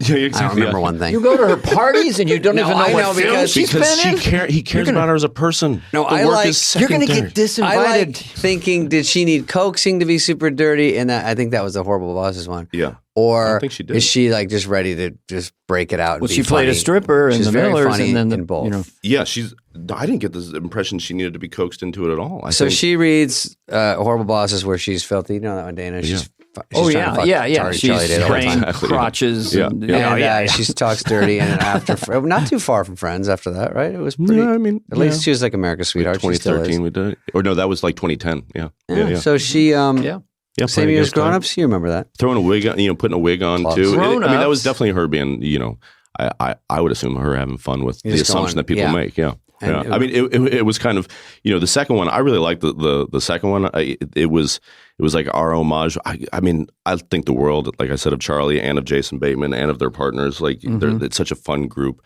to roll with and do even press together. They're and quick. If I could like have one thing, one do over, I would have put out that Horrible Bosses 2 movie maybe more in the summer because they did it. Warner Brothers New Line released it, from what I understand, as like counter programming for Thanksgiving, and it was like because that's usually we put out Oscar movies and like family movies, and it's like, and I think they miscalculated, people wanting to go see a movie with their grandparents where Rachel from Friends is wearing a cock ring like around her neck, like just like she's riding a Sibian for most of the movie. Somebody somewhere had that idea in a room. Everyone's let's do that. There's plenty of those sappy dog movies. We'll go with the cock ring around the neck. I'd love to be on the side. They're just like doing a scene. They're like, one more. Jennifer, maybe say, yeah, eat your pussy. Okay, rolling. And she's like, wait, what am I doing? Just to get to yell out, bark out alternative jokes. Everybody. But yeah, that's how all those movies work, though. But they just run in jokes. That's the fun ones when you do comedies like that. I love it. It's funny people. I wanted us to keep doing it like almost like the Marx Brothers. Like just the next movie we're going to do is like a prison break movie. Like just keep doing genres, but it has the three these three goofy like middle aged dudes and just going through it. When it works like that. What's your attitude? I mean, I hear people say this a lot. Like they don't make comedies like that anymore, or like Tropic Thunder, or just it feels like we're in a different place with comedy films. Like like balls out, funny R-rated comedies. Yeah, I guess they're out there. I don't know. I'm a shut in. Yeah, I didn't watch all of Ted Lasso. I think sometimes they, from the top, you get down. Like I don't know if I do that. You can do it, but you start to lose jokes. Even in specials, it never was. Or you censor yourself, specials, kind of. Stand up, they start cutting stuff. They start saying, and you're like, oh, because it used to be just say whatever and live or die by it. If you're going to get in trouble, it's you. Yeah. And now they blame Netflix or Amazon, and that makes them nervous. So it's just hard to get out, do whatever you want. Podcasts, we're not really dirty. Dana's filthy, but we're not really dirty. Loves working blue. So you can't. But this is one of the last places. If you want, you can sort of say whatever you want. There's not really a boss. Yeah. And we have editing capabilities. So if you said kill all, whatever. No, we're going to take 90% of this out. We'll have to be more specific. We're going to start in 1 minute. We're going to start. Dude, this is our best warm-up. I told Dana, I did one the other day, and I was doing my fucking gross bits ahoy. I was like, ba bits. I walked in, coming in hot in about 5 minutes, and they go, that's great. All right, let's roll tape. And I go, you're fucking joking. And then they're like, we're here with David. So I go, you guys... It was rolling. Everyone was fun. Always rolling productions. You want to shoot the rehearsal. Hit the button. Hit the red button and let her rip. We covered George Wendt. Okay. We did a little bit. Yeah. We did a little bit of Wendt. Oh, you did Hall Pass. I did do Hall Pass with Owen Wilson. Hey, how's it going? I think we should go there. Yeah. I knew a guy who had a real Hall Pass with his wife. Like literally. And who was it? I don't know if he ever paid it off, but it was like they both married as virgins together. And she said, "You got one." So when this movie came out, I go, "Damn, they made a movie about that." Yeah. I didn't see a title. Good idea. Good time. I've been a Hall Pass for a couple people. Have you? Starting to get it, Dana? Starting to get it. That's my catchphrase. I was in Vegas at the meet and greet, and they were I say that to Lovitz all the time. Starting to get it. No, yours is go ahead. Come and get some. Come and get some. Oh yeah, should I do a couple of those for him? Yeah, go ahead. I try to come up with the worst hacky redneck comedian. So he's called Rednecky, the redneck comedian. I married my sister only because Mama turned me down. Come and get some. Gotta have a catchphrase. I asked my mama what's for dinner. She said roadkill. I said, what kind? She says, I gotta take a drive. Come and get some. I like how it trickles right. It's in the jokes, and you're like, oh, is that after the joke? That's the come and get some. I got mine as rack. It's your cigar pull, Burns. It's hard to come up with a catchphrase. Come and get some. I had to look it up. I couldn't have been the first one to say, come and get some. I remember who was the guy that would do shucky ducky quack quack. Like it was somebody on. It was on Def Comedy. Oh, we black comic. Yeah, Shucky Ducky. He might have been called Shucky Ducky. Oh, it might have been his name. Yeah, Shucky Ducky. Quack, I think quack. Louisiana. Well, there's millionaire influencers that just have a catchphrase. I like hot sauce. Yeah, they have a catch filter. It's a meme and a coffee cup. I don't know. I'm not a grumpy old man. I swear to God, I'm not. I like with his movies. I just say what movies he's in. You were in Hall Pass? Correct. Yep. Okay, Ding. What else? I was in most of it. I did like Hall Pass. Masterminds.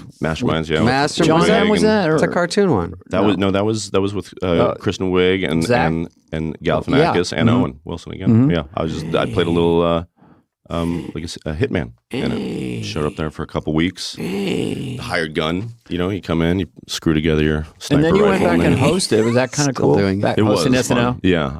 I'd been asked prior, but the time was off, and it was. I went back and played. Biden a couple times. Oh, you did? Romney yeah, that's a couple right. times. Yeah. But at that point, I hadn't had the chance to host, and there's perfect timing.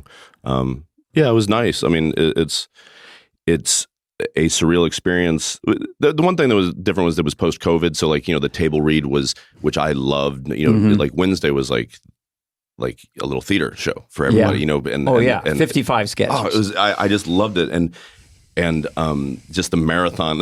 It's insane. It's insane. Just the BO in that room alone. Everyone's so nervous. Yeah, and also everyone there has seen the best of the best of the best. At least a third of that room has been there from the get go. So they're just kind of like, okay, yeah, we've saw this, we've seen this, 100 times over. Yeah. But regardless of all of that, the opportunity for the first time ever, because during my time there's between 45 and 55 sketches. Like when working there, the 10 years I was there, I'd probably on a good week be in 12 to 17 of those sketches. So the most time you're watching, reading, read through. Read through. So then to show up and go back and to be in 95% of the sketches. Yeah, so you're going to cold read over 50 sketches over 4 hours. Sickening. I loved it. I try to read them. You make little notes. You try to do it, and then just give it your all. There's no way you could do it all. Are you a good reader? I'm a cold reader and stuff. Some people are exceptional, and then some people are good. Or maybe you're okay with it. I am okay with it. Yeah.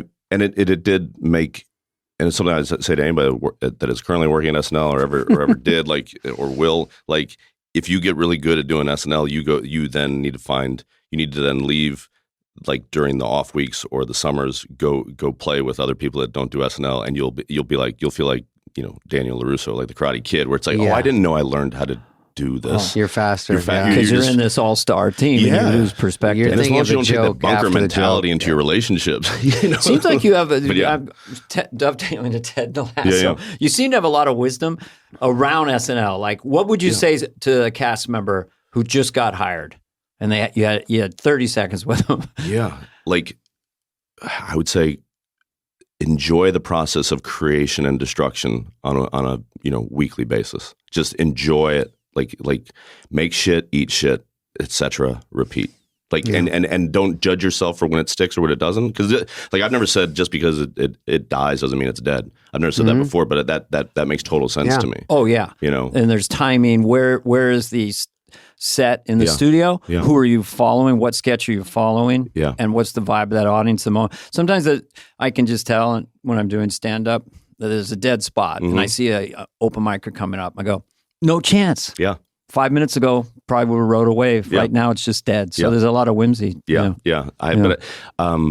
Jerry Minor, who is a friend and was a guy that I looked up to, when he was at Second City, when he was on one of the stages there, he came back to guest write, and I asked him the same question. What would you, if you had to do it all over again, his time there? I think he was there for like maybe 2-3 seasons. I had more fun.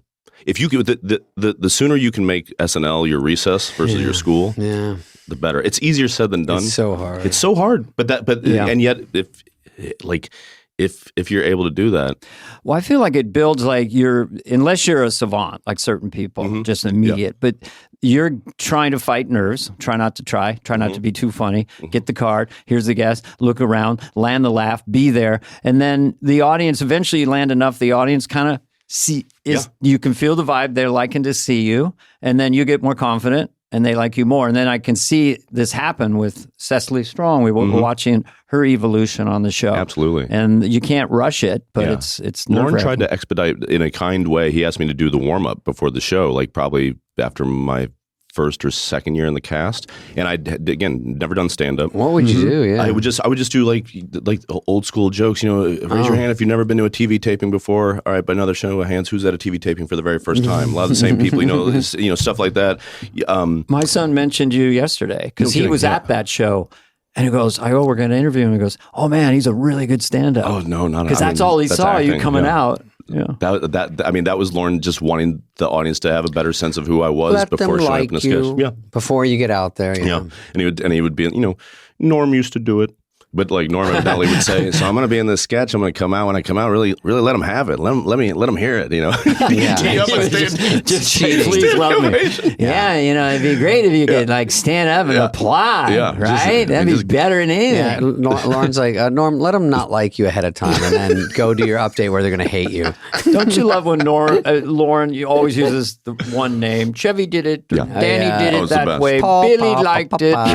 No, there's only one Lauren. I love. Towards the end there, on Tuesdays was the host dinners. Did you guys have those? Like where you? Oh yeah. I loved them because it was a little bit like the part of me that wouldn't do homework and then would try to talk about current affairs or current events before we started talking about Beowulf. I didn't read Beowulf, but I can talk about the TWA. We're going to have a 4-hour boozy dinner and then go back and write the show. Yeah, I did it to avoid writing when they go. We're trying to gather people. You want to go, Spade? And I'm like, yeah. I loved it just to see Lauren get loose and I learned through repetition. So hearing stories that he may have told before, it didn't bother me at all. I just kind of play his Ed McMahon I was always I loved when you came back to host. I always had fun making Lauren my straight man. During pitch meeting on Mondays, I for years since even Chicago, I still carry them these little tiny notebooks, and I just sit there with this little notebook. And it would be all right, Jason. And I'd go, hey, Lauren, you still need, you ran out of karaoke last night without paying. You owe me $100. He's like, I'll get you. Okay. You said that, whatever. And so then, whomever, Ludacris or Ben Affleck doesn't know what my relationship is with this guy who's an icon. And it's just me that's just giving him guff. But he always, we would always laugh about it because it was always respectful. It was never me being a dick to him. But it's just kind of acting like he was just one of the bros, one of the guys. Boys. Yeah. And hosting is scary. One time I went back and I got sick during dress, and I had to lay down. And Marcy, I don't know if you were there when Marcy climbed us up. Sure. She was, of course, dramatic anyway, and then freaking out, pounding on my door. I was in that little dressing room off of 8H. The host and the music are right there. Yeah. So I was in there laying on the ground, and I threw up, and then it was toward the end of dress, and I missed 2 sketches, and I just went in, and then they go. So those got cut. Yeah, the writers are like, fucking awesome, and then it's the worst. Awesome, too. It's already got a stink on it if we try to bring it back next week for Michael Keaton. A little bit of bar flex. Yeah, a little bar. Yeah.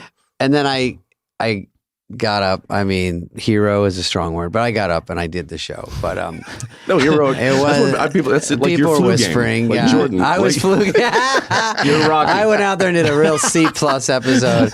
I hosted twice. I don't know if anyone was better, if you can consider that. I remember Adam was in my monologue once, and then he Waterboy opened and he had to fly back to LA, and Lauren goes, just do stand up. I'm like, it's not that fucking. I never even go on anymore, so I had to go do cold stand up of like, dogs are funny. Do you know he made me do? He asked me to do the warm up for the fucking 40th anniversary. Oh, he asked me to because I had done it for 8 years. That one that I was telling you. And again, just straight up, just being goofy. You know, I mean, Don Pardo would introduce me, and here's Jason Sudeikis, and I can give it up for Don Pardo, the man, the myth, the legend, the only person in this building that was quoted in the Bible. You know, just doing old jokes. Okay. God said, "Let there be light." He flipped the switch. You know, like the corniest, hackiest, whatever, but just having fun, right? But the audience is. And then what? They're all cast. That 40. That's what I said to him. Like he has Eric Kenwarn, who was a buddy, he's a producer on the show, was a writer guy that we wrote together all the time. And I was like, "What are you doing?" Like Sarah Silverman's in the house. You know, Chappelle, Spade. I name check. I was like, these guys would all kill. Like, why me? Will you just do it? You know. And so I do it. And it is, I eat so much shit. It's not good. No one's listening. It's like 10 minutes before it's live, and you're looking out there, and what I've said is like, it looked like the gatefold of like Sgt. Pepper's, the cover, where it's just museum. Everyone. Every person was famous. Every person was famous, and then famous on top. Famous was talking to famous. At some point, I was like, you know, said to Keith Richards, who was talking to Jack Nicholson, you know, Keith, Jack, I think if you guys sit down, people will start to follow along. And it's just nothing. Then next, and I'm like, so I'm not bummed. I'm just laughing about it. I look out in the crowd. Galifianakis is crying with laughter about how much shit I'm eating. Lauren then comes up to me, says, you know, do you want me to, like, off mic, do you want me to introduce you, settle them down? I was like, yes, please. I go, yeah, man, like, that'll help. And he starts to go up to the mic. I go, hold on, let me introduce you. I go, ladies and gentlemen, really quick, let's give it up for the man. None of us would be here without him. The one and only. Please put your hands together for Mr. Dick Ebersol. And I make that joke. And as I do that, Bill Murray walks right in front of me, looks up at me, and gives me a little thumbs up, like Burning the Boss. And I was like, "That's why you say yes to this gig." I'll take that. Yeah. And so then Lauren says, you know, everybody quiets down a little bit, and then I got about 30 seconds to just say, "Hey, everybody, have fun tonight." You know, like before they got loud again before the real show started. But that was just mayhem. I didn't have a dressing room. I think I was just hanging out in the hallway or something. Yeah, my mouth gets dry just thinking about it right now. Stargazing, every we turn into is like somebody. I got to meet Eddie Murphy that night. It was like a to-do. Chappelle asked me, where can I smoke a cigarette? Yeah. I wasn't sure. Go to the stairwell? Anywhere I don't think want. you can. Just, what about a vape? He goes, I don't like them. Yeah. Well, all right. I know. But it was wild. Bradley Cooper, can I get a picture with you? Yeah. You know, sure. It's something else. For one night. I know. All right, let's talk about Ted Lasso. Yeah, Ted Lasso. Okay.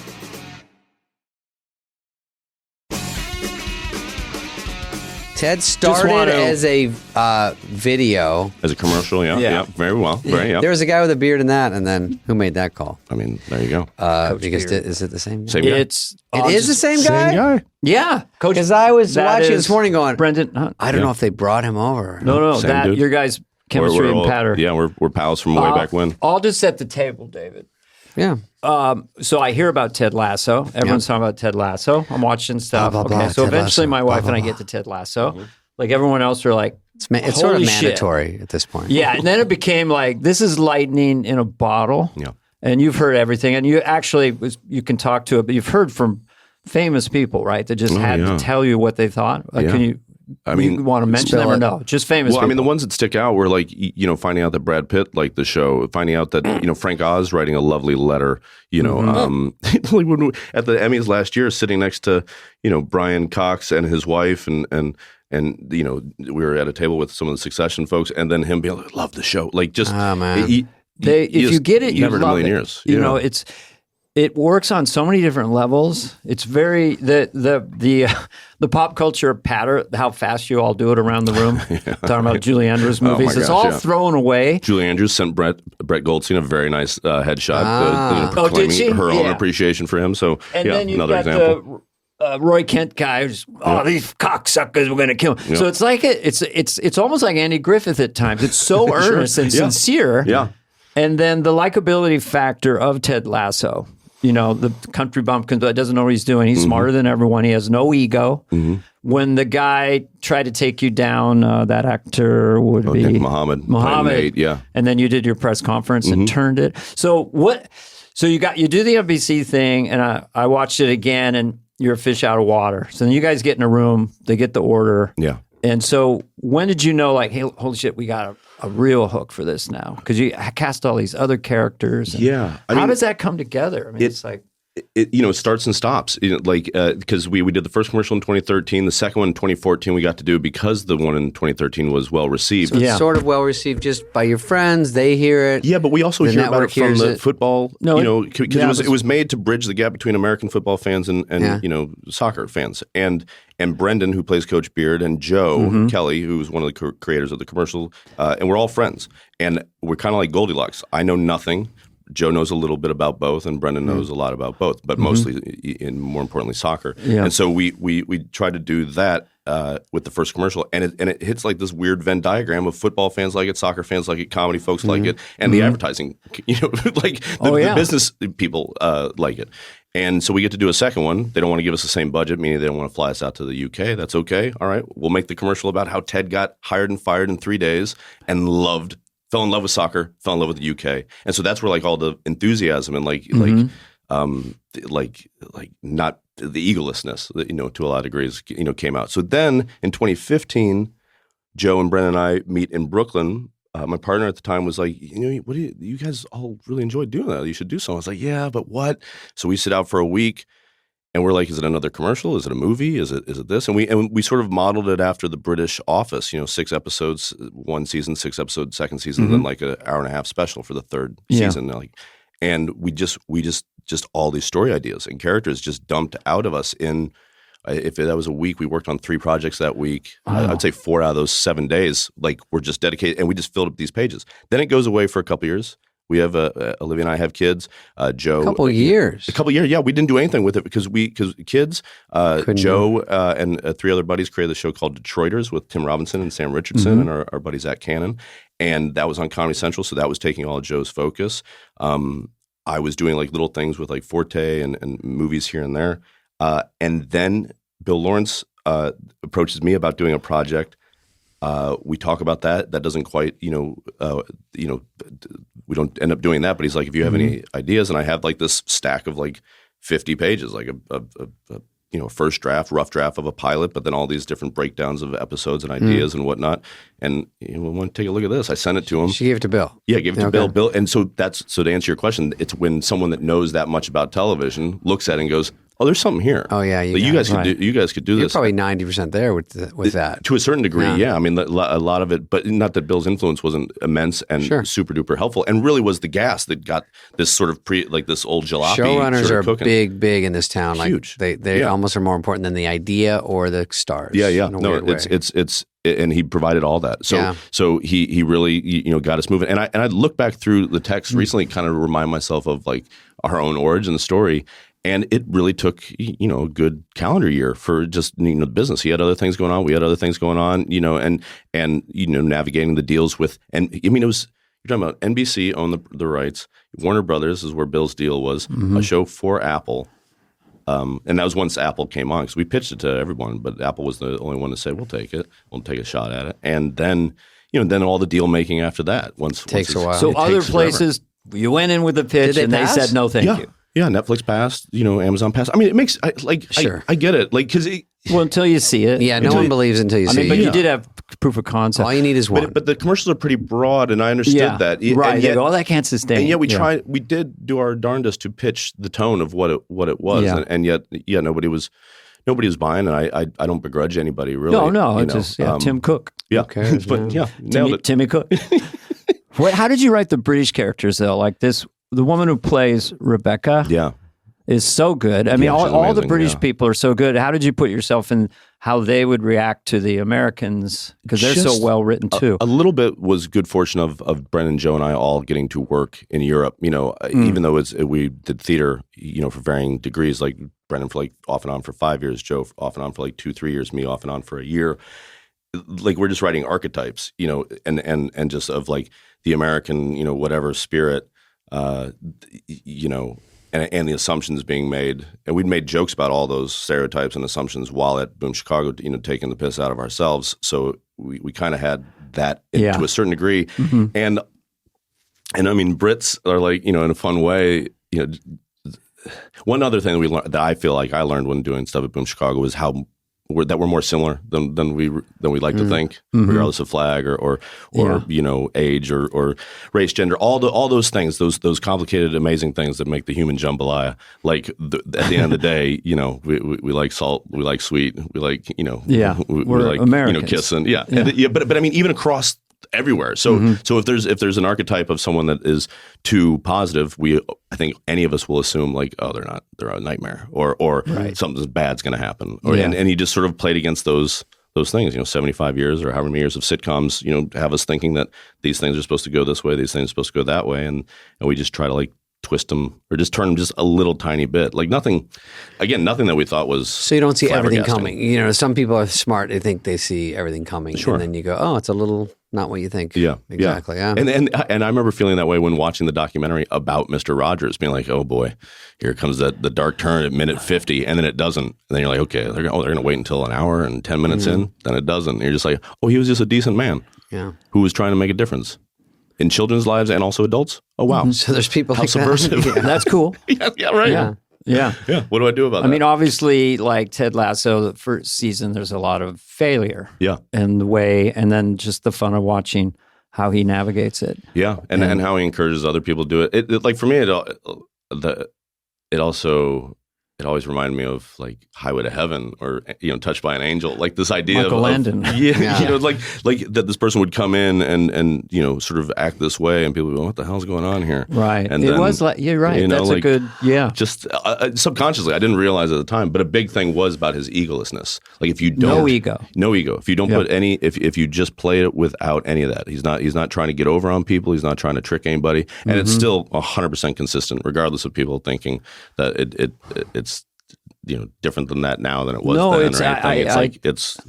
I talked to someone the other day who went on some psychedelic trips with ayahuasca and or mushrooms or whatever, and it was really all about getting rid of the ego. Yeah, because once the ego goes away, then something has changed this person. Yeah. So it's interesting you mentioned that book, Ted has no ego. Yeah, that book, How to Change Your Mind by Michael Pollan, was a big influence on me. And the times that I had done, mushrooms, in my Amsterdam days. The Amsterdam episode, I saw that a couple weeks ago. Yeah. That is our high love art. letter. Oh, yeah. No, that's something you have to see. That episode you got to watch more than once. Yeah, thank you. But the whole show has so many levels to it. It can be slapstick, it can be funny and silly, and then it can be very real. It's like when you're playing darts, Ted. Yeah, sure. And you go, something about, I'm just curious. Yeah, be curious, not judgmental, yeah. Do people mention that to you? A handful, yeah. People have asked me to write that on like their arms, and they get a tattoo. And it's not his, and I don't even know if it's Walt Whitman's. I mean, we say it's Walt Whitman's because it's sort of apocryphally. It sounds like something. Yeah, your character's casually always quoting. Yeah. Robert Frost, but it's always thrown away. Yeah, trying to be. Yeah, like because he's not too. And so do you shepherd it like a sketch in a way? I know you have your 3 other partners. By the way, there is so many producer credits on the show. It's amazing. It's so I don't even know. I just watch the show and wait. Am I a producer on it? I don't know. You're on it, David. You might be. You might be after this. You're co-executive. Yeah. But do you treat it like, so you're probably someone else is technically directing, but you're just going to be an overriding creative force in it, just like shepherding a sketch. I mean, the way I can, it's a little bit like, it's a big old cookout. Everybody brings a dish, and I just sort of help put things on the plate. But the sensibility has to stay wherever you want it to be. Well, I'm sure if something sounds false, you can say, I don't. 100%. Doesn't feel like. Yeah. That's been afforded to me from the get go. Yeah. And do you? It's done now, right? So you're gonna miss it. I'm sure. I will. Yeah. I mean, we're still, like I still watch cuts for like music stuff or something like that. But for the most part, yeah. But all the editing's done, all the writing's done. It's and now, we have the final 4 episodes being rolled out, and then the handful of press here and there, which is a joy to do because we all get along actually. So. In the editing bay, they call it. Yeah. So it's sort of, there's so many choices in there. And so I would assume, coming from all those years of sketch comedy and other things, that, and you may have people that are on the same sensibility, but sometimes you'll know, or I assume you're going to know, we have to go to that reaction shot a little sooner to get the laugh. Yes. So there's all that mathematics in there. And so this show is landing it so consistently. That stuff's hard to do. I would assume it's either a few people that are right on the same frequency or one person that says, guys, I think we should do it this way. Yeah. But there's a reason why it's so brilliant. I mean, I think it's just the best idea winning. And there's a certain level of harmony in it. And it is something that I learned in that same Karate Kid way that I was talking about with SNL, where, by the time you were there and by the time you were there, 15 years later, all those same people were still there building those sets, making those props, building those wigs, and they're all great at it. They've done 10,000 hours times, Unreal. Just our 3 generations, much less the 2 prior and then the 4 cents or whatever.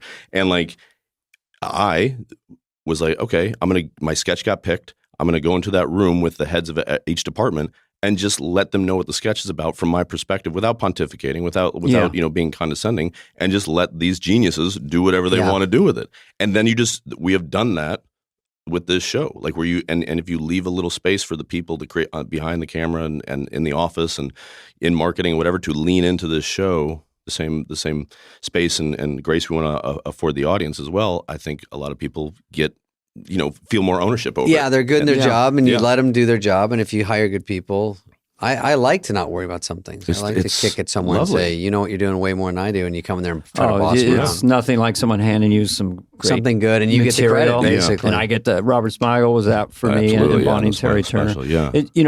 In terms of, it's such a difficult word, art or whatever. It seems like there was some, and you can talk to this or not, autobiographical tinges in the 3rd season based on you potentially your private life. It was, you can speak to that or not, but I couldn't help but notice, and I thought it was so wonderfully done because I've been on the road at times with my sons and stuff like that. Yeah. I mean, but those are very poignant scenes. Thank you. Yeah. What's interesting is that my relationship to my life, like it wasn't there from the very get-go. Like even when the initial idea of doing a show, like, well, why would he go there? Because a guy like my age would most likely have a child, at least one child, and probably be in a relationship. If he's not, there's must be a reason why. And so that's why the pilot ends the way the pilot. I mean, I like literally the second it was thinking about it in the long form of a television show, I was like, I knew that was the ending of the pilot, was going to be okay. So none of that was autobiographical, and then as life sort of marched on, the only thing that in my life that helped inform the playing of things, and maybe even the notion of a story point when breaking the episodes, was being a father.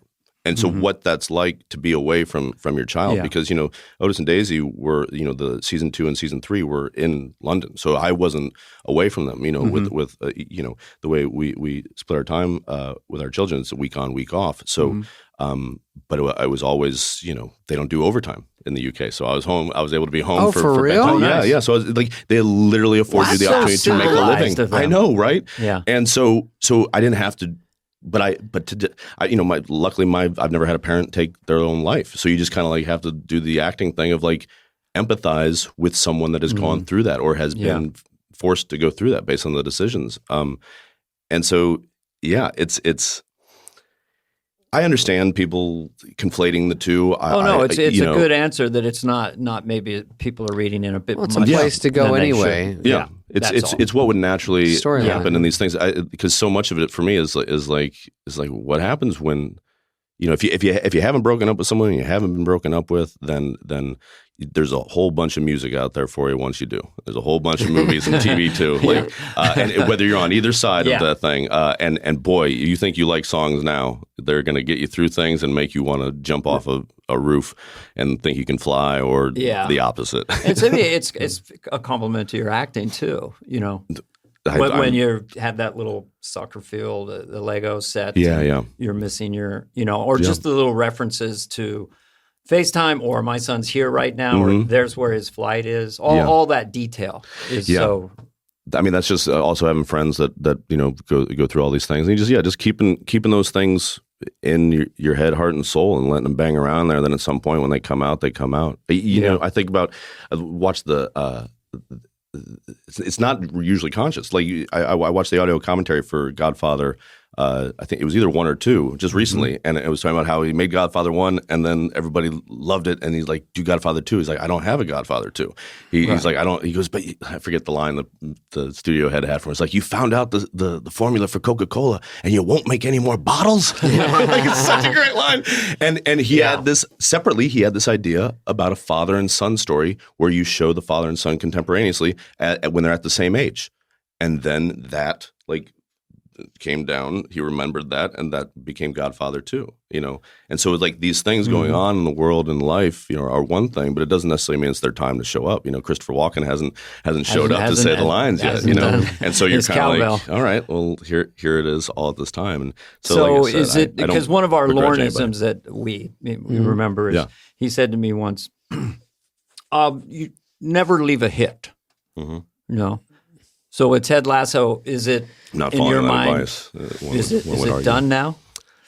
This story is done. It sounds like such a political answer, but it's the truth. It's like we only conceived these 3. Then this thing became this big old thing. That how much content is the 3 seasons? If you think of it as a movie, it's 10 episodes, 12 episodes, 12 episodes. But this season is probably twice as long as the first season. The episodes are just this longer. There's more. More characters, more story. It could go back to being an NBC promo. Yeah, exactly. Yeah. You know what I think you could do? The natural, the Doppler effect. I know what. You know how this is some of Flight of Fantasy. Sorry, I'm interrupting. I'm cross-talking. Tarantino wrote a book after Once Upon a Time in Hollywood, which I loved so much. It feels like Ted Lasso, if there aren't going to be more television, that character, people would want to hear. Have you thought of that? 100%. Yeah, we've thought about writing a novel about him. If whether it's that, whether it's doing podcasts about the episodes to sort of offer those audio commentaries, which I was so lucky to grow up in a day and age of DVDs, just to sort of talk through things and the themes and the people that have expressed interest in the show, and also explain the show in a much more cerebral a way than I ever would have been able to explain it to anybody. And even when they're off or wrong, it's still interesting. But yeah, there's opportunities, I think, for spinoffs. The way people have gravitated and cared for these characters and seen themselves or their friends or their family in these characters in these situations is we were hoping people would do that. We didn't expect it to be when did you kind of go, holy shit? Halfway through the first season, or when you won all the 18 Emmy nominations? At some point, you went. Even winning the Emmy. Or even the nomination for the Emmys didn't. I think I don't know, man. It came out during quarantine, so we didn't know, because I'm not too active online, and less so then. A guy would drive by the house when I'm taking out the garbage and honk, "Hey, I love the show." Oh, right. And it's a little bit the same way I felt SNL days. You walk around on Sunday and people be like, "Great show last night." You're like, "Oh, right." People watch there's someone's watching. You know what I mean? Terrifying. You can get a feel for what works and what doesn't sometimes, just out in the real world. Yeah. Oh, 100%. Yeah. And it's usually very different. And then you're getting slaughtered with it. You go, "Oh, shit, something's..." Then an Emmy nomination. Yeah. Then Apple probably tells you it's doing well. They might not tell you exactly how, but it's doing well. That was a big difference. That probably is from a business side of things, understanding that they have access to metrics and information that they don't share. Was it premiered on a Friday? We had already started our writers' room for season 2, just in case. Then Monday calls the heads of Apple call and say, "Hey, so we'd love to pick you up for a second season." Then 2 weeks after that, we'd love to add. Can you do 2 more episodes for a second? Then you're like, then 2 weeks after that, we'd love to get you for a third season. And you're like, something has changed. They know something that I don't know in the inner sanctum. Yeah.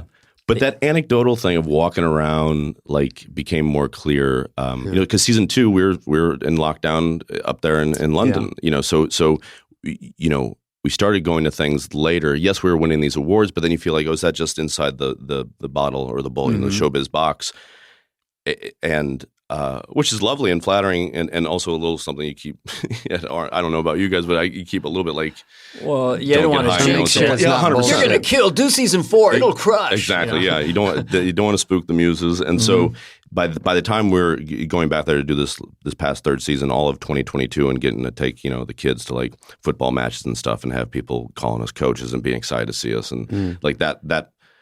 I would say, and hearing Brad Pitt loved it. Yeah, exactly. Yeah, that's always nice. Yeah, you can tell Miss Piggy and Yoda. Come on. No matter what you do, Dana, like You've done it. We've done it. You hear from the streets, like I could tell you the top movies that they like, the top TV, because it's just in order. You just hear this one the most, this one the most. And they probably only really like probably 40 of my movies. Like really, really love. I like them all.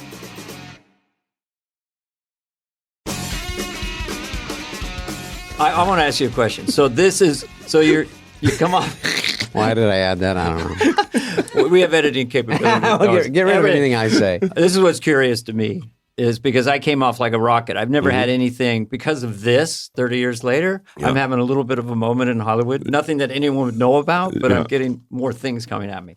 So you come off SNL, you're doing all these movies, pandemic is whatever, you do this, and now here you are. You're the belle of the ball. Hollywood loves you. So now you're wiser, more mature. What's coming at you? Like movies, would you do a potato chip commercial if the price was right? 100% with Forte and Solomon. Yeah, you got to dance with the ones that brung you. Awesome. You know, I couldn't do it alone. I mean, you know right now that you have this heat, and that the audience loves you. The world, you're in this moment. And so I just wondered how, because now it's happening a second time. Here it is again. Yeah, it doesn't feel like it from the inside. Maybe that's my own just sort of like. But are things coming at you though? Like to a degree, but like there's a little bit of like, what are you going to do? Off the ground. What do we do? Yeah. What do we do with? But with the TV show, it'd be probably scary to go do one right away. Like you want to sit for a second. A complete about face. I mean, there's a few ideas out there. Like I was really wanting to do this play on Broadway with this, but just with family, it's tough. It's tough to. I'm still trying to navigate those real life things, and also just where my choice. Head, heart, and soul are at, and there's also a great desire to like get a little bored because I take your time. Yeah, I would say if anybody was advising, I would say just don't be in a hurry. This thing is still it's still landing. Yeah, people are discovering it today. Which is tell lovely. anyone who hasn't seen it, start. Yeah, I believe in that wholeheartedly.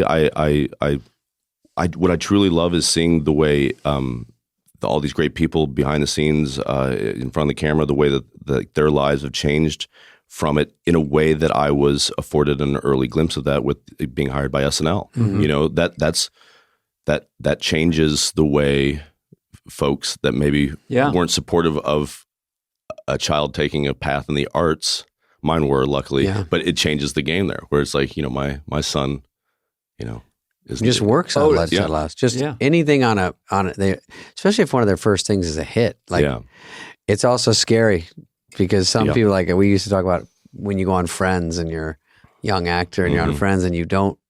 As much as you tell yourself, you don't know how hard it is after that. Like, it can't be like this all the time. Everyone treats you like a certain way. On anything that does well, you look back, it's always going to be ups and downs. So it's kind of like what you bring to it. Like I know we worked just as hard on any of those movies that you named as I did on this. I was charged with more responsibility and being like from the writing side, producing side, being the final like tube for decision making and tone cop and whatnot. That's all lovely, but at the end of the day, what I'm putting out there and what I want to put out into the world is, and how I go about trying to do that. Been doing that is, from any of these sketches, from the sketches that weren't on SNL that I did with, all my buddies back in Kansas City from up you, to now. Basically, or your very tight friends. As long as that's coming from that area, then it's probably going to be good. Unless it's, I don't know, if Quentin Tarantino or whoever your favorite director, Scorsese, but in lieu of anything else, if it's coming from you, it feels authentic. And all I've done is added to the people that I want to make laugh and be proud of what I'm doing and then how I'm going about doing it. So it is those guys that I played basketball with, those guys from my, quote unquote cross country team. But then I acquired everything from my, days of improv in Kansas City, Chicago, boom. And so it's just like this. That same gatefold, that I saw on the 40th, like I have that many people, behind me, and they're not looking over me, being like correcting my work or making me second guess. They're just encouraging me, and you just want to kind of be able to look back there metaphorically and be like, have them, doing that nod of just like, do it, keep doing that, good. Keep doing that, keep being, you just want to be proud of you, you want to, and you also want to feel getting to come through sketch and improv in a whole community like Chicago could have happened 10 dozen of the people that I got to work with. You know, just I know different some time. great You know what I mean? That never got a total break. Yeah, brilliant. And you want to do right by them too, because it's I don't know. It's there's so much karma. whimsy to this game, and it's there by the grace of God go I. Yeah. I mean, you have to stay humble and go.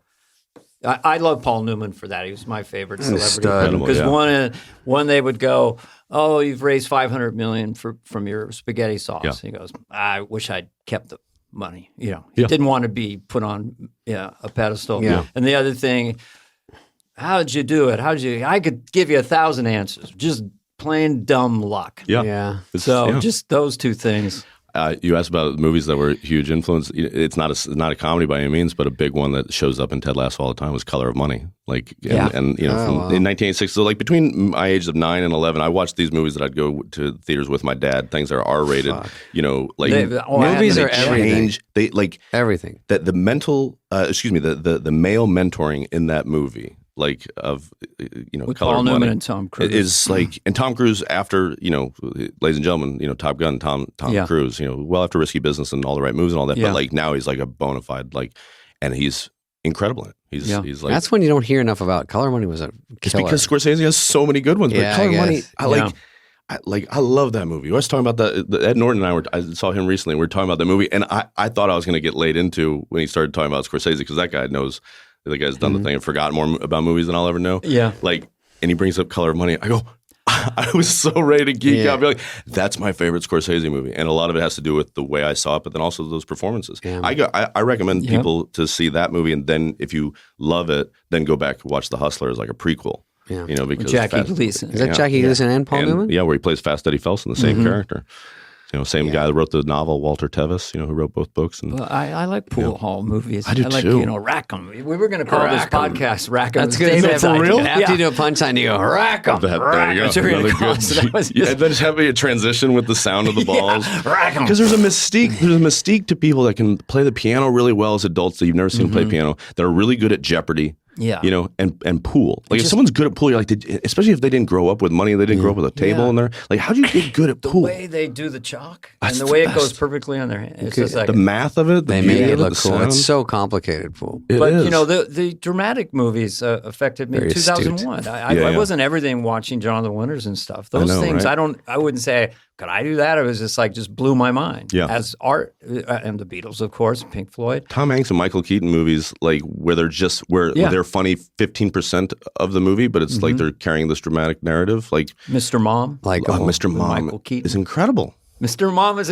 finally it gets his due. I love it. Mr. Keaton Mom has just a magic as an actor. Yeah. Gung Ho, I love. That was a movie my Uncle George was in. I have a Gung Ho poster that my Aunt Nancy gave me in my basement, and that was. But again, Michael Keaton was so. Oh, he's great. I mean, him and Tom Hanks, they were these modern versions. Tom Hanks and Big. Yeah. Tom Hanks. What'd you guys think of Punchline?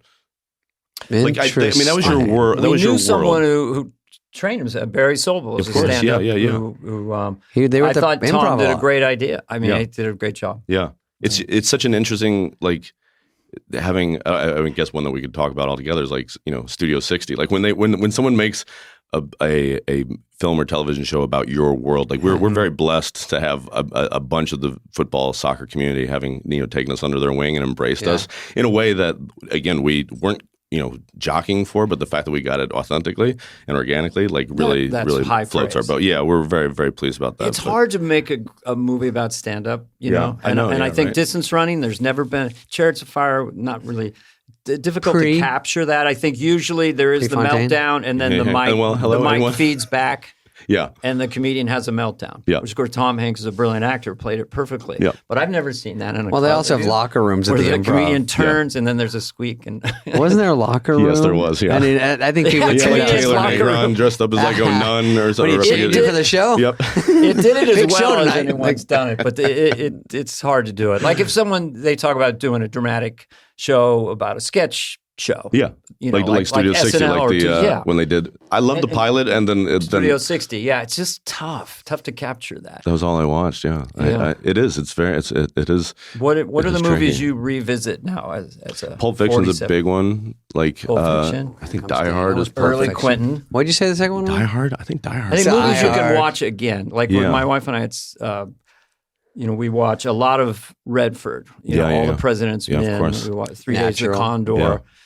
Butch Cassidy and Sundance Kid I showed to my sons 6 months ago. Yeah. Unreal. It's awesome. It's really fun. You have all that ahead of you. How old are your kids? Otis is 9, Daisy's 7. Yeah. So is he asked for Save It Private Ryan yet? Not yet. No.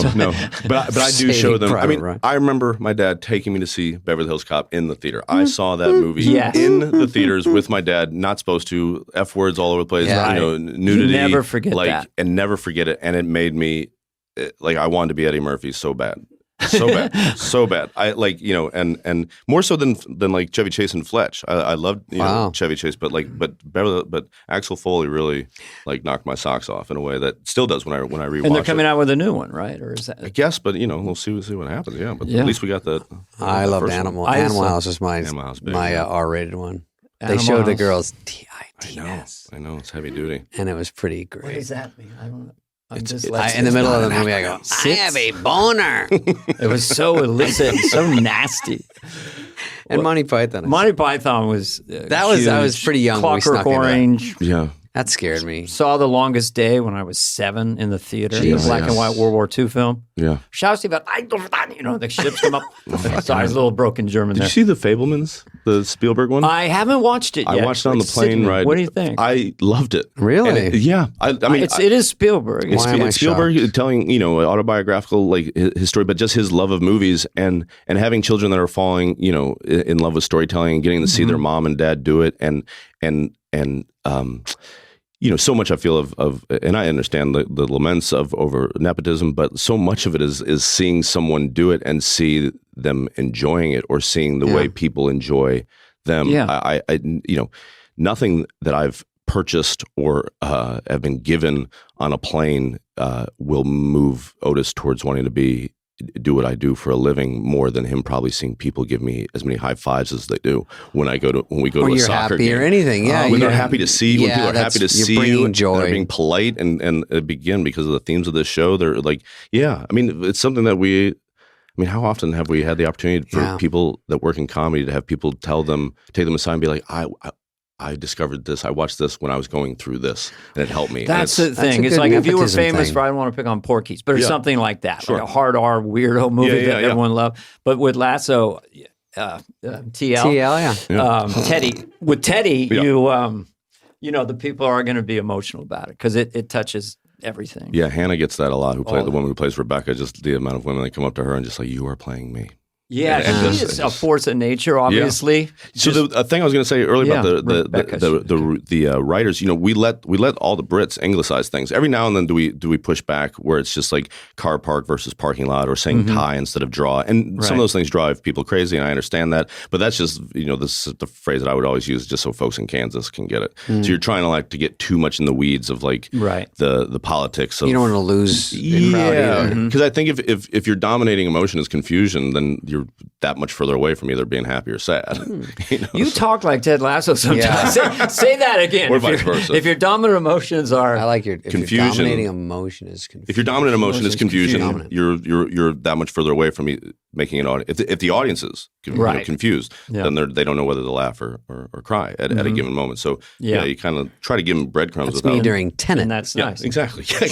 Juno. My dominant emotion was anger. Juno Temple. Yes, ma'am. Is great. Just got to go through the list. Well, no, I like all these two actresses especially. They are great. Obviously, Brett Goldstein, just the way he stands all the time is like a gunslinger. He's just funny. He's a funny voice. I'm sure it's not someone's going to do him on SNL. I know. I'm surprised they haven't yet. I'm really surprised. Yeah. He's such a funny character. But that's all him. It's fun to hear him talk about it because it's him doing Bill Sykes in his mind from Oliver. He's just I'm just trying to be Bill Sykes. Just like. And so when I'm doing like rewrites or where you're breaking stories, just like the same thing at the rewrite table at SNL, just doing bad impressions of all these like very specific, authentic people. I'm just, talking like this with Rebecca and doing like that with Kaylee. And I'm doing bad. I can't do any of these accents. Right, but you're just hearing them. You're just hearing the rhythm and the cadence of it and trying to draw from what they're, what you...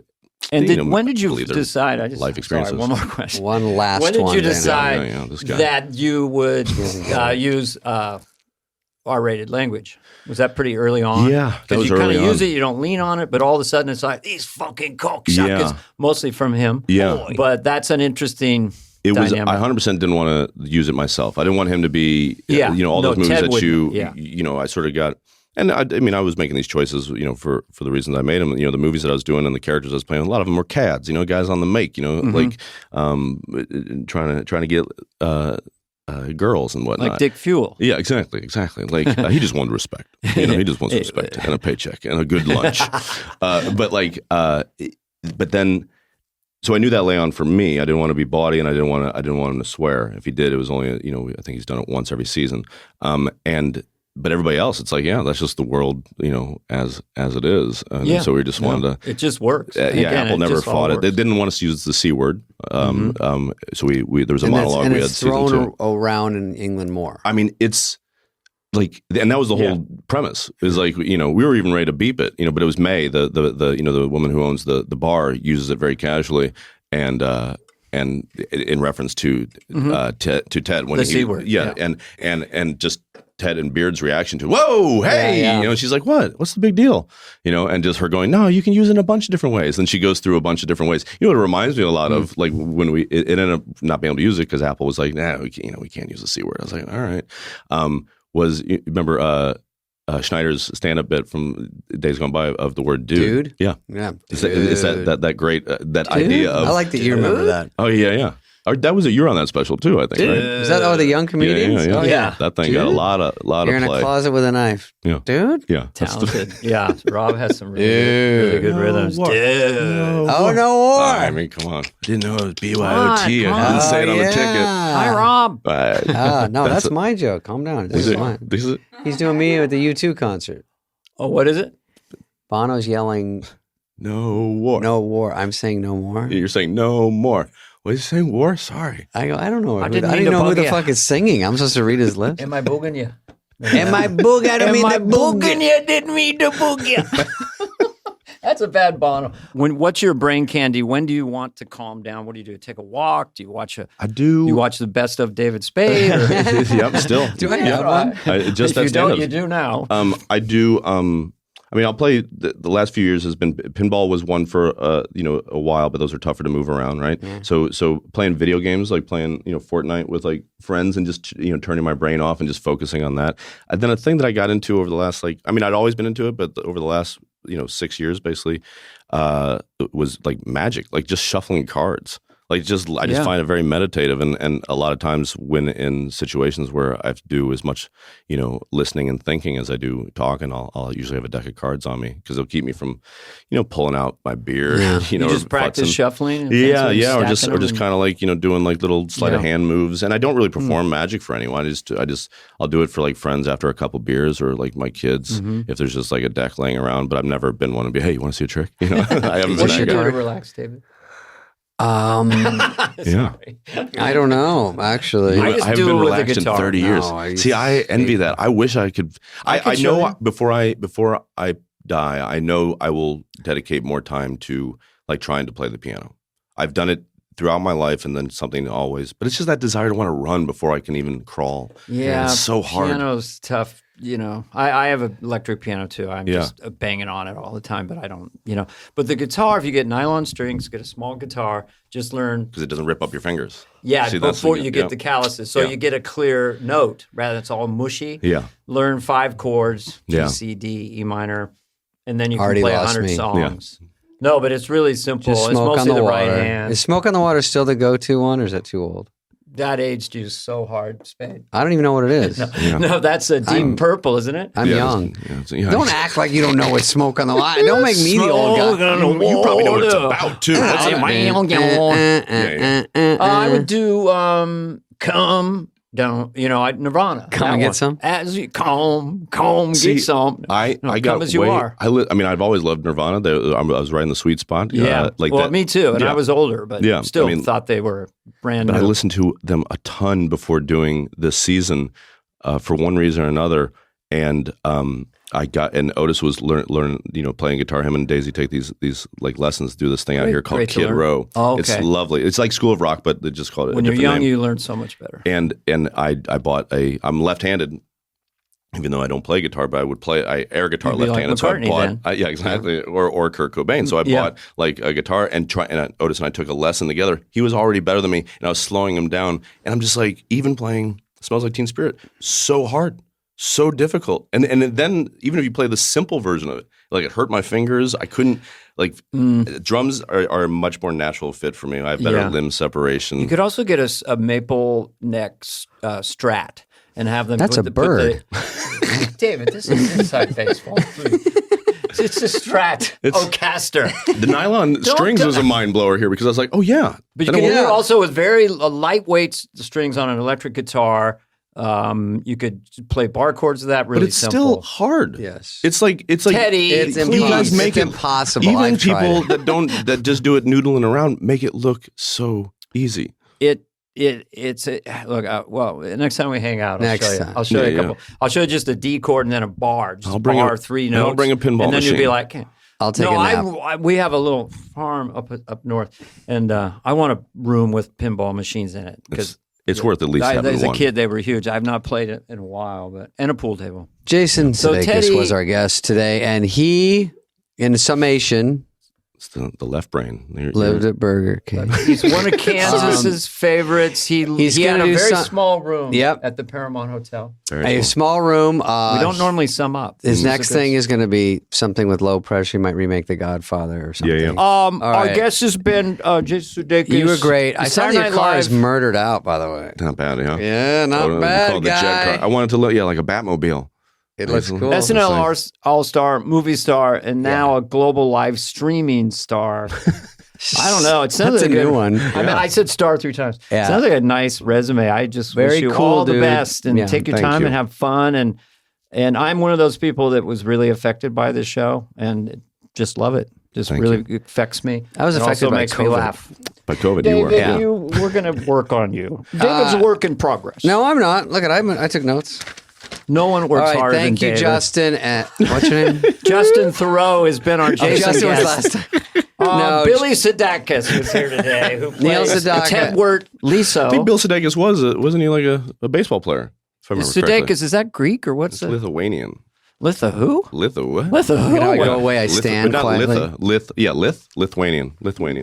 But yeah. I'm throwing this away. David, I want to hear your Hall Pass story. Yeah, you didn't finish No, that. I dated a girl on Hall Pass. No, that's not your Hall Pass. The girls that come up to you at the end. You dated. But yes, He likes the other story better. dated in Hall Pass. In Vegas. Yeah, the type of girl that. The girls that Sounds they like go, a good you're my Hall Pass. You get the meet and greet, and I go, first of all, they're all nervous. They hands drenched like a ShamWow. I'm like, and then I go, and they go, I'm your Hall Pass. You're my Hall Pass. I go, oh, and they go, that's where I go, no, I know what it is. I'm a hard pass on my side. You're a hard pass. You're my hard pass. Yeah, you're my hard pass. I saw you in the back. I go, there's my hard pass. Because I'm a gentleman. It's not you, it's me. Tina Fey. Tina Fey, yes. Tina Fey, one thing I remember about her, just a quirky little aside, I was on Oprah, the one and only time, with Tina Fey, Chevy Chase, Jane Curtin, and Tracy Morgan. And one thing I remember, they go, Chevy's kind of weird. They asked me to try to really be animated on the show, like just be funny rather than be interviewed, because they thought Chevy was kind of quiet or weird. Oh, they wanted you to amp it up. Yeah, amp it up because we're scared, But anyway, I remember Tina just telling me afterwards she was going to the airport on a regional jet, and because when you do Saturday Night Live, Lorne Michaels always had the Paramount jet, and you could But she never went on it because she said it was like a flying car. Scared the shit out of her. The Paramount jet? Yeah. I was fucking just a jizzing to small get on that private thing. jet. Oh, yeah, I got on that thing. I know, because sometimes they're so small. It's like an MRI with wings. You just lay there like, kang, kang, kang, kang, ka, ka, ka, ka, ka, ka, ka. What you don't want to hear, because you can hear stuff you don't hear a commercial jet, and I fly commercial all the time. Sorry, first world problem. But is that if there's something wrong, you hear it. So I've been in a private jet, just two guys up front, look like they're 26, right out of film. Sorry, aviation school. Yeah. And then all of a sudden you hear, pull up, pull up. Oh, I've heard that too. Pull up, you know. Have you heard this? Traffic, pull up. Get out of the fucking way. Sense memory of being in high school, getting busy with a woman. She says, pull out. That was a joke. That was all that way for that? No, that was an ad lib. It's got a half smile. We have editing capability. I would say Tina's so lovely, smart, quick on her feet. We do voice text sometimes. Always just casually, very funny without trying. So love talking to her. Reeks of intelligence. Yeah. And I just did an animated show with her called Mulligan and voiced a character. And she was on the Zooms a lot. So she's really funny, has great voices.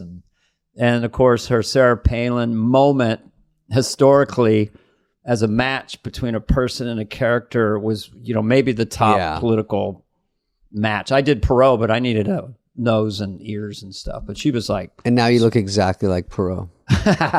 By the way, there's a really good script out for a Perot movie or series on live streaming from a really good writer that they want me to do, but I don't have time. They go, why not? I go, well, I got this podcast with Spade. Cut to Spade running to the audition.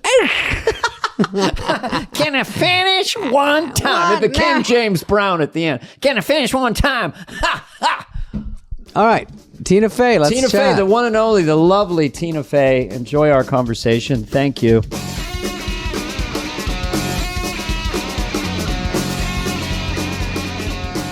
What are you watching? What are you and Jeff watching when the kids go to sleep, if they do? What's your show? Do you have a show that you share together? If they do. If they do is the operative. Right, they're teenagers, right? So you never know. My older one's 16. I'm going to try one year. And my little one's 10, and she's just like, we're up, right? We're up forever. But we watched forever. We're doing this? You're like, no. Great British Bake Off is what I'm watching right now. That's what you're watching right now. Well, I will tell you what I've been watching with my kid is I've been watching Baking It. If you like Great British Bake Off, check out Baking It, hosted by Maya Rudolph and Andy Samberg. Oh, really? And do they have contestants that win or lose? Like there's a reality show component? Yeah, it's a reality show. Amy Poehler produces it. It's real sweet. It's sweet-natured, like Great British Bake Off. Like nobody's mean or sneaky. I feel like I need to make one. And I like that too. I've seen Great British Bake Off. I wish I'd make fun. Paul Hollywood. So we've entered the phase, like you're talking about Andy and Maya doing that all careers have at least 5 things they're doing simultaneously. There's no more ever, unless you're Tom Cruise. You just do Mission Impossible and jump out. Hang on. You do Mission Impossible for 7 years. Tina! Like we did one of your side projects. We might as well promote it. Mulligan, a cartoon that was really fun for me to do with Robert Carlock and Sam Means and Tina. And it'll be on maybe in 2022 later 2022, I think. Yeah. Animation takes a long time, it turns out. Yeah, Tina, I heard that. I'm going to jump in on the British Bake Off. Yeah. I'm a little behind because I've got a lag. That's always good for a podcaster. I had an idea for real. I pitched a show where you cook with celebrities. It's so dumb. It's been on, but the good title was, "Is this thing on?" Is this thing on? About the oven. Like, is the oven on? Yeah, is the oven on? Oh. It's for people that are on the road that don't know how to cook and they teach them. So that's Tina, a good idea. Yeah, right? Yeah. So when I interviewed Kevin Hart for something, I made a joke about his weightlifting workout show. And I go, are you working out? And he goes, no. And I go, you're not in the workout room? Whatever. Yeah. And he goes, and then someone off camera goes, remember you have a YouTube show about working out? He goes, oh, no. Yeah. Yeah, no, I do. I work out. I do that. He probably knocked out 6 episodes in a row a year and a half ago. Confessions. You've done it? This is a show. Well, we're doing this podcast, but this is also called Remember When? And it's a side show that I'm actually producing. And you're on 2 shows at once right now. So okay. This is, we got to branch out. It's turning into that. It's like an HFPA junket. Were you ever a Star Trek fan, Tina? No. I watched a little Star Trek back when there were fewer choices back on TV, but I don't super know it. But now that you get to pick. Well, occasionally this will dovetail to you. Occasionally they have an episode where William T. Kirk has to testify in a trial, and then the robot voice says all his awards for being such a great. And your thing sounds like that. Faye has won 9 Primetime Emmy Awards, 3 Golden Globe Awards, 5 Screen Actor Guild Awards, 7 Writers Guild Awards, 3 Producer and finally they go, enough. And then, of course, Mark Twain. That was a clever way of putting, for the audience who's never heard of you, couching you as this. Did you win a Mark Twain lookalike contest, or is that wrong? I won a Mark Twain lookalike contest, yeah. Okay. I wrote that. I scribbled that one down. Scribbled that one down. Head writer right out of high school. Yep. Kind of did a mic drop. By the time you came around and got the Mark Twain Award, it's like the resume was so fat. And then you pulled up your socks and did a Broadway show, and you're just going, right? And now it's done. It's all done. Everything's I have done. a question about the Mark Twain Award. Yes, when sir. you win awards, I gotta put makeup on. I'm gonna put makeup on. Let's get serious now. Yeah, I'm listening. No, you don't have to. I'll ask Dana. When you win awards, Dana, you've won stuff. Welcome to the MC chair. No, what happens is it more stressful when you win an award? It's fun to win, but do you have to have a funny speech, and how hard is that? Because you keep winning stuff, and it's like, fuck, I got to make a funny speech every time. I do think you I'm going to put makeup on while we talk, and you tell me if it helps. Of course, it's a tutorial. It's a third Don't show. worry, we're never using the video. I turn off my picture. You can turn off your picture so you don't see yourself. No, I want to see this fucking shit. Oh, God. Well, that looks like a really nice. It's a really nice product. It's a smoother. Smells nice. And by the way, it's not helping. Anyway, the best thing about winning an awards is leaving the auditorium, right? Because then when you win, then you leave and you go to the press room and you're gone. And then the worst thing about not winning is remaining in the auditorium for the rest of the award show. But you do have to try to have a funny speech, guys. I'm just putting a little bass. You're turning into a different person. She's putting all this makeup on. I don't know who she is. I want to get something on here. Do you like it when you come out of the limo and they start screaming and you go on the red carpet and there's all those mics and Tina, I know this first world problem, so we're just saying these are experientially. I mean, I broke out in sweat when I was nominated the first time. I was Lauren was behind me, and I thought I might have to go up there, and I literally broke out in a complete soaking sweat of nerves. I didn't win, thank God.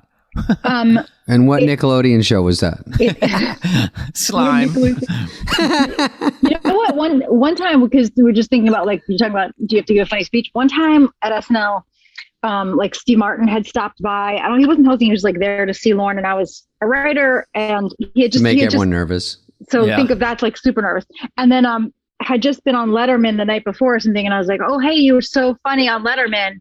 And he said to me, well, you have to kill every time. And that was like the most chilling. He says it like that. Like he's like, well, you just have to kill every time. And I was like, you do? Or can you just be friendly? No, you kind of have to. After I came off SNL like a rocket, and then I had my wilderness years. So I would go on talk shows, and I was feeling so small and insecure. Like all my confidence melted in like a weekend, even for no logical reason.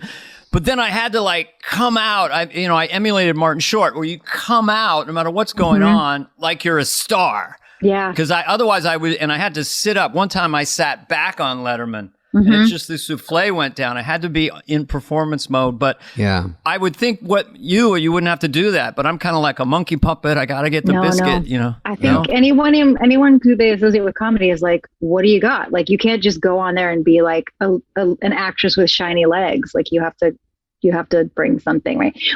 For you guys, was doing Letterman as terrifying for you guys as it was for me? Like I would get so terrified. Absolutely. Well, he's right up our alley.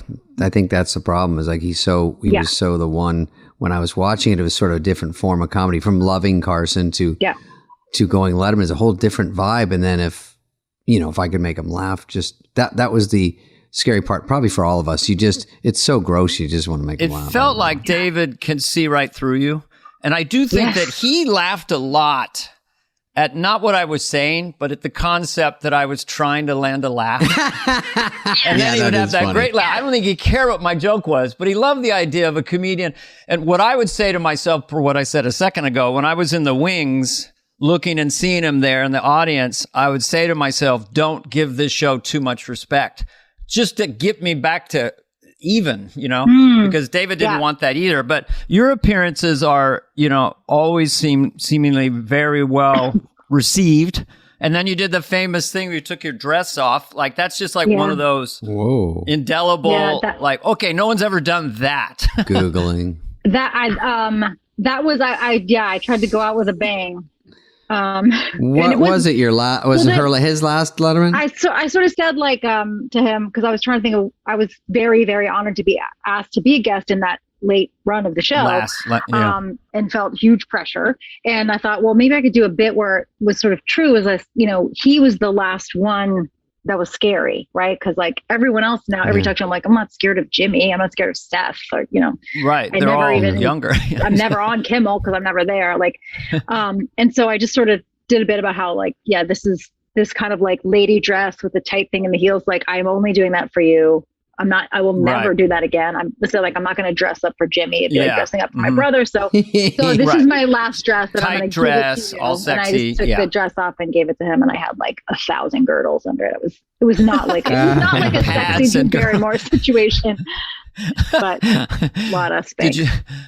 Did you get a lot of response from anybody on that one? I mean, it kind of was something that people would talk about, I assume. I think he didn't mind it, right? He didn't mind it. I think the bit went over. And then, I saw Amy Sedaris the next day or something. She was like, oh, that was good. Whether she meant it or not. What I hate is when a friend gives you a report card for doing something on a show, and then they switch mid-word. They're going for great.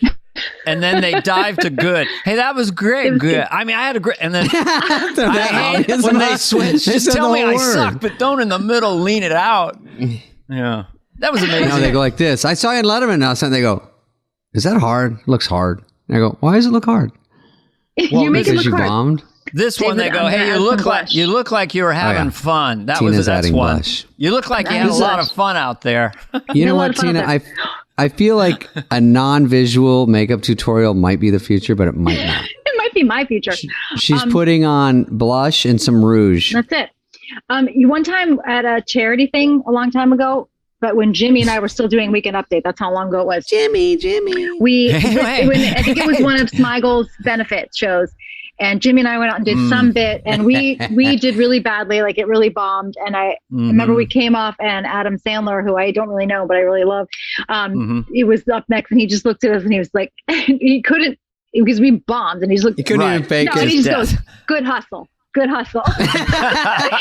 it's one of my favorite things ever, because it was just the nicest possible thing you could say. It was you tried. Good hustle out there. Well, you didn't let the flag touch the ground. I mean, you don't ever want to turn on the audience or get pouty or let them know this is really awful, unless you do break the fourth wall. I think Letterman likes knowing you came loaded. At least you're trying. I don't think he likes when you walk out there with nothing and go, if you ever, I don't think it's a dirty secret that I didn't know when I watched talk shows that there was some prep. I just thought, oh, you just go out there and be funny. Everyone's pretty good at it. And then they go, oh, here's a 45-minute call of every funny thing that's happened in your life, and then we will whittle it down to 6. Yes. And they always whittle out the ones I like, and they go, we push that one to the end, but I feel like that's a good one if we go 40 minutes. And I go, well, that's my favorite one. They go, actually on Letterman, he used to talk about my dad. I have a deadbeat dad. And he goes, his name's Pee-wee. And he just thought he was so interested in it. So then he goes, hey, because one time Pee-wee came and he goes, I hear your dad's here. And I go, yeah. Because I always talked about what a load he was, because he only buzzed around when I got famous. So I go, yeah, he's here. And he goes, he's in the green room. And I go, yeah. And they cut to him, and they have a showgirl sitting next to him.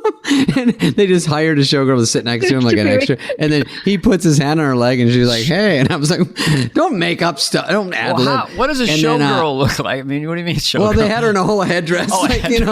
She's like on the show next. It's like that SNL trick where they have people walking around. So, of course, they put this pretty girl. And then he's like, hey. And then he, next time I come on, they come back and they go, okay, you're on about 5 minutes. You have all your garbage you're going to do. And I go, yeah. And they go, yeah, I got a new dog and all this stupid shit. And they go, oh yeah, he wants to ask you about Pee-wee, your dad. I go, yeah, I don't have anything on that this time. Remember I sent you the stuff? They go, yeah, he's going to start with that. Yeah.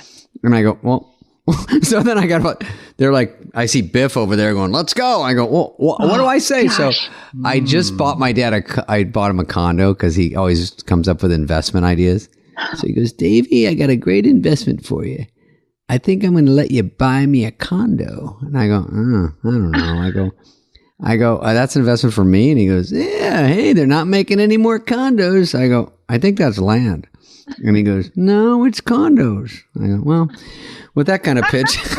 My dad forgot my name. I found out later it was land and I got tricked. By the time my dad was in his 80s, he couldn't remember my name. And I've got 4 siblings. And he goes, hey, have you seen Money? And they go, money? You mean Dana? Oh, who the hell's Dana? I need some money for money. Anyway, we're not bitter, Tina. But anyway, my point is this. How did your relatives handle your success? Yeah. From mousy schoolgirl to mousy star. To mousy. Yes. Now, Tina, I have a real question. Yeah. When you're the head writer, Yeah. I'm reading this. Yeah. When you're the head writer, is it just a lot of hiding? It's you can't hide Because everybody wants to ask you everything. Yeah, on Tuesday nights, usually if you had one thing you wanted to write yourself, if you actually had an idea, then you'd have to hide from people to try to write something. But like, I think being the head writer is just about like embracing shame and just being like, okay, this thing that I would never pick, I'm going to try to help it. And then I'm going to get yelled at about it. And then my friends are going to be like, good job on that thing. And like, it wasn't my thing. You let that turd through? So the whole show is on your shoulders. Yeah. Well, Downey used to hide from us all the time. He'd lock the door and then I'd knock and then he goes, do you want to go eat? And I go, sure, I'll do anything just to get in the same room. And then we go eat and he wants to talk about anything but the show. And then you get back and then he locks it again. I'm like knocking and then I see Schneider cut in front of me. I'm next. If you got a hold of Downey at 10:45, literally the show's at 11:30. Yeah. We got a Hans and Franz. We need some holes plugged. At 10:45, Downey turns into a genius for 10 minutes. He just gives you like, because there's no more procrastinating, but he's brilliant. Yeah, he really takes it to the wire. By the time I got there, Downey's presence was mostly like a locked office full of abandoned, unopened Christmas presents. Carts and things. 9 years of Christmas presents that either were given to him or were supposed to go to his own family. I don't know. But I didn't know him that well. I don't know him that well. Yeah, if you get a few minutes, I mean, I don't want to talk about you, but if you got a few minutes with Downey, it was worth it because 2:30 in the morning he goes, I would probably take the ending this way. And then you go, oh, yeah. And then that's all you needed. And then you go and do it. But there's something really funny about, something really funny about, he'd always say that. There's something really funny about, and hold up the page. When I came back, they always said, well, you'll do a church lady. And it's not like my favorite thing I've ever done, but it blew up because of whatever reason, you know. And so I think when I first guest hosted with you, and you were head writer, you were assigned to work on church chat with me. And then like 8 years later, I did another church. You'll do church chat this week, you know, Lawrence. Like, and then I did a whole thing with Seth, another church chat. So I don't want to say which one's my favorite, but you guys are both great. Seth, probably. Well, he would do the character a lot. He would write as doing the impression of the character. Yeah. Yeah. Then he'd crack like a, you know, kind of a Molson light and he'd be like relaxed. I try to remember do you remember who were the character guests on the church chat that when you did we did that time? Boy, and that would be a tough one. I mean, I remember doing George Bush Sr. was another one that would come out of the box for a while. And then Will as Junior. And Will's 6'4", 230. I'm 5'8", 150. And he had to sit on my lap. Yes. And that was really interesting. Well, yeah, I had really huge lifts so I could look as tall. But anyway.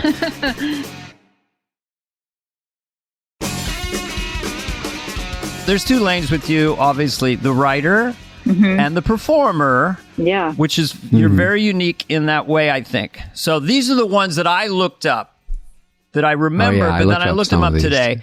And you can comment on them just as a performer or whatever you were in the writing realm of them. Whatever jumps out at you. Okay. Were you just a performer or you're in the writing? Because it feels like there's a lot of your signature kind of thing. Okay, meet my future wife. Meet My Great Future one. Wife. Meet My Wife. Yeah, so that was an idea that we brought in. I got to mostly just be a performer on that. Amy and I were hosting, and a guy, I know, this guy, Andrew Breedis, was like, I have this idea for a sketch. And I was like, let's get you paid for that sketch, my friend. And so That's fucking unreal. So that was a great one. Forgive me, I'd have to look up who actually wrote it up, was two writers at the show.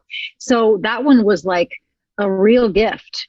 But Amy and I did bring a lot of ideas. But yeah, oh gosh, I feel so bad that I can't remember if it was. Dude, that was airtight. That one is like beginning, middle, end. And then they had the ending. It's really tough to get a twist at the end with the get out. Yeah, I didn't write it, and I really, really hope that people just think I did for the rest of my life. But I Everything can't remember you do, who they did it. assume your fingerprints are on it. Okay, Mom's Jeans. Mom Jeans, I did Mom right. Jeans. I did right. I got it. Thought so. Fucking A. That is hysterical. There's a J. Crew in the lobby of Rockefeller Center. It was one of those things where like it was writing night. I had to go somewhere where I had to go down and buy like a pair of jeans in the building. It sounds like it's a story about me pooping my pants. It's not. But I had to go get a pair of jeans. And I bought these really terrible jeans. And that was it. Then I sat and did that. And I remember Jim Signorelli filmed it. And then he was like, we got to take the song out. And I was like, no. I think the jingle is important, Jim. It was perfect, and my wife and I used to when I'm not even Mom Jeans, but we'd see the mom sometimes, and I would, as a joke, say she's closed for business. Like, in other words, her relationship is asexual at this point, and so closed for business. And I saw a lot of those high-waisted jeans, but that was just like a perfect hysterical thing. All right, now jeans are just funny. Hang on, Dana. Jeans are such a funny area. I don't know why, but like we did Bad Idea jeans. Dana, I think you were in that. I was just gonna say, by the way, that I say Bad Idea jeans all the time. Like I'll quote when you see her a bad idea, I do too. I'll be like, ooh, Bad Idea jeans. And then of course I tried to show it to my teenager, and you can't show anything from like even beyond like last year SNL, because there's always something that's like Gen Z is like, that's not okay. I'm like, I know that's not okay, but it's so funny though. It's so funny. Bad Idea jeans. We did three-legged jeans. That was with Signorelli too. We were always out on some commercial shoot. Filmmaker. Commercial shoots are fun when they aired, but they're not fun to do because it ruins your week. You're like, okay, Monday you have a 6 a.m. Like, what? Yeah. They do so many takes now. They do them on Friday now. Oh, really? All day into the night on Friday. It's rough. The poor host does not know what they're getting fucking into. That's for sure. Yeah. They yank them every which way. I can't believe they can handle it. Yeah. Even as a host, when I went back, it was so much harder than I thought. I go, oh, I know this. I didn't know. I knew nothing. I've only been in 3 sketches max my whole career. So I go, I was in 13. I was in Update. Your nickname is 3 Max. I know, but that's not why. But I had to be Update. I had to be Cold Open. I had to be in a pre-tape. I didn't like. What's the difference for you, Tina, when you were a cast member and then you come back and you host? I mean, to me, I found it absolutely exhausting. But what did you?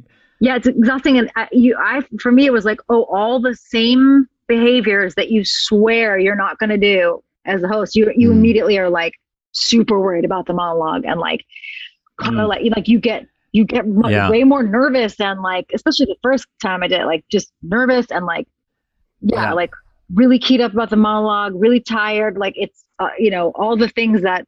You're a writer, and if you go in there like I write, Dana writes. So when you're a regular host, it's horrible enough. But when you're eyeballing the writing, going, this one I know isn't there yet, and you're like, it's got through, but this one needs the most work, and you're out there on the air show going, oh right, we never even looked at that. Yeah, this is just the way it is. You can't get to put out the fires. You're like, that one, I feel like we should tighten the middle, or you say that, but then you're like, they're like 30 seconds. Yeah. But you have that long dinner that you go to as well. Sorry. And when you normally be working, that Tuesday night dinner that's like 4 hours, I really got to go. So go. Marcy comes on. They want you, Lauren wants you to go to Orso. I go, he wants you to go. I go, all right. So Tina, go ahead. Or Shoemaker would tell me. They tell me to go to Orso. And then I go, you get to have dinner with the host, which is fun, but you lose 3 years of your life because you can't write. You have to stay longer. It's so, the other thing when you host and you go back is if you've been a writer there, when you sit in that Monday pitch meeting and you can tell like it's all live, all fake pitches. And don't peek on Monday. Yeah. Fake pitch. You go, you're giving me this fucking bullshit. I know the fucking secrets. Yeah. Oh boy. Can you remember a fake pitch? I have one for Tina right now. Yeah. What do you got? Caveman Afraid of Caves. You'll play cave girl. JB Smoove pitched the same fake pitch for like 2 years, and he killed with it every week. And I'm sure. Well, then it became a running thing, right? Yeah. It was a pitch for, it's an all-day cigarette. I will refrain from imitating JB. It was an all-day cigarette. It's this long. You smoke it all day, and the ash gets like this long. That was it. It's so hard to even do. You're like, how would we even do that? But everyone just laughs. Funny idea. Do they still do this thing where they go, like, let's say it was, Paul Rudd, and then they go, Paul Rudd's here, and then everyone goes, and they go, next week, Sharon Stone. Yay! Oh, no, I think you were there in meaner times. They don't do that anymore. That is meaner because the host right away goes, what the fuck? What the fuck? Okay, Brownie Husband. Dana, they did that when you were there. Oh, yeah, Brownie Husband. Go to Brownie Husband. Brownie? I mean, that thing is crazy. Oh, yeah, and I was just the host. So that was, oh boy, I can see her face. It was a woman writer, and she had curly hair. No, it wasn't Paula. Paula was my friend. I'm sketching her. But Brownie Husband, and you go with or without nuts. I mean, it was actually long for a commercial parody, but it was funny. It was like 2 minutes. But when you chewed on the torso, so the people who haven't seen it, it's a giant brownie little man, and Tina is basically it's her sexual partner or whatever. And then when the liquid chocolate comes out, and you're just like diving into the so you had to. Were you someplace else? Was that methody, or was it just like? I feel like one of the few specialties I have as an actor is on camera eating. Like, a lot of people avoid it, and I'll tear into some food on camera. People don't know how hard it is to take. Like Jack Nicholson was the best at eating. Yeah. There was a bit. This is Anna Gasteyer and Rachel Dratch have this fake Hallmark Christmas movie out right now on Comedy Central, and one of my favorite bits in it is there's it's really funny. The actress who's playing like the pretty ingenue lead has like a chicken leg, and she just keeps going like this, like not eating it, and it really made me laugh because that's all you do when you eat on camera. Usually it's just go to great lengths to never eat it. But yes, Brownie Husband is based on those kind of commercials where it would be this like a decadent chocolate dessert was like geared for lonely women. Would be like like a hot chocolate bowl for one, or like it counts as a date. So grim. Went to the so grim is the best word. Wait, let me see. Oh yeah, when I was thinking of my friend's daughter has this guy, and I was thinking if you were starting now, obviously we'd all be writing for memes. But if we were starting now, my friend's daughter, I know I brought this up because Instagram and everything, she said, oh, I'm dating this guy and he's so funny. And so I was like, oh, good. Give a funny guy a break because, I'm not a real looker, and we'll talk about it in the comments. But she said, he's so funny. It's a character. And then she showed me 3 Instagram memes. And I go, well, he's a middleman. I hate to break it to you, but he finds a funny one and then he sends it to you. And she goes, right. And I go, he doesn't write to you. He's just Instagram. And then she goes, I know, but it's funny. I go, I'm not getting to her. I go, you can like him anyway. It's okay. He found a funny one and he liked it and laughed, and then you laughed. That's fine. That's fine. Right. And that's a start. So let me ask you a question about times they are a changing, basically. So you do Sarah Palin, which is an explosive connection between the way you looked and sounded in the writing and the moment. I had Ross Perot 20 years before. You've had a lot of people, Dana. Yeah. He did have a lot of people. Some landed, some didn't, but we won't talk about that. No, I mean, can't finish one time. But then, so Sarah Palin comes to the show to visit. You've done her. Yeah. And I think back then in those days, it was like you made it funny. You weren't teaching us in a way. Just speak to like the difference between 2008 and now as far as the sensitivity to that. So she came, and then McCain came with his wife. So go ahead. Yeah. The whole climate of the real world is so much uglier and so much more polarized, right? So that all seems gentler now. Like doing those, and and Seth and Amy and I wrote a lot of those, and other staff writers too. But Seth and Amy and I especially, we just like have hands on it because we did what we really went to great lengths to make sure that it didn't seem just like aggro and it didn't seem unfair. And but I do not envy anybody who had to ride out the last. It was like the end of an era where it was like when I was there, it was all just goofy and fun about any president. I really didn't even know about politics, to be honest. I look super smart, but I don't really know anything. You look incredibly brilliant. I look so smart. I have a crew neck on. People can't see this, but it was like an easy fun. Like, oh, we're making fun of this guy. I was like, I knew they were Republican or Democrat, kind of. I didn't even care, and all the jokes made sense. But they go, Downey and Franken are good political writers. I wasn't. And then, fine, I'll do my goofy shit. And then we get on, and then Sarah Palin felt like right at the end of where it started getting really rougher. Well, the iPhone came in, and then shortly after that, Facebook and everything. So everything evolved from that, right? You would say you're friendly with Sarah Palin, I would guess, right? You're talking to Dana.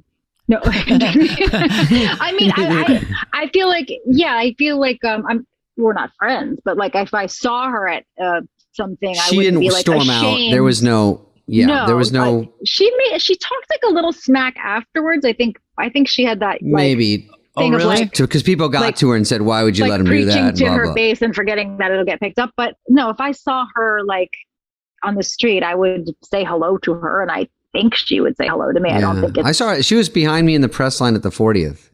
Yeah, and so she came to the 40th. So yes, at least that's right. I mean, that was. Yeah. Okay. So it's this idea that you're doing someone that you hate, and publicly everyone knows you hate the person you're doing. I don't hate her, by the way. I don't hate. No, that's what I mean. I don't think I've ever done anyone I hate. Well, I did Adolf Hitler once on the show. I hate him. You don't even know him. Well, it was me and Jan Hooks. Here's one that just died. I always thought it was funny that only time we see Hitler, he's screaming. So Jan Hooks and I were in bed. I'm Hitler.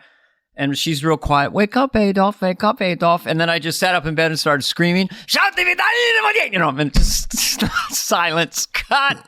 So anyway, but I've never done anyone I hated. Like right now, I kind of play around with Biden, but it's sensitive, very sensitive, how you use him as source material without it polarizing or making people angry or making fun of some of what people perceive. Like Al Franken said, maybe he's lost his fastball, stuff like that.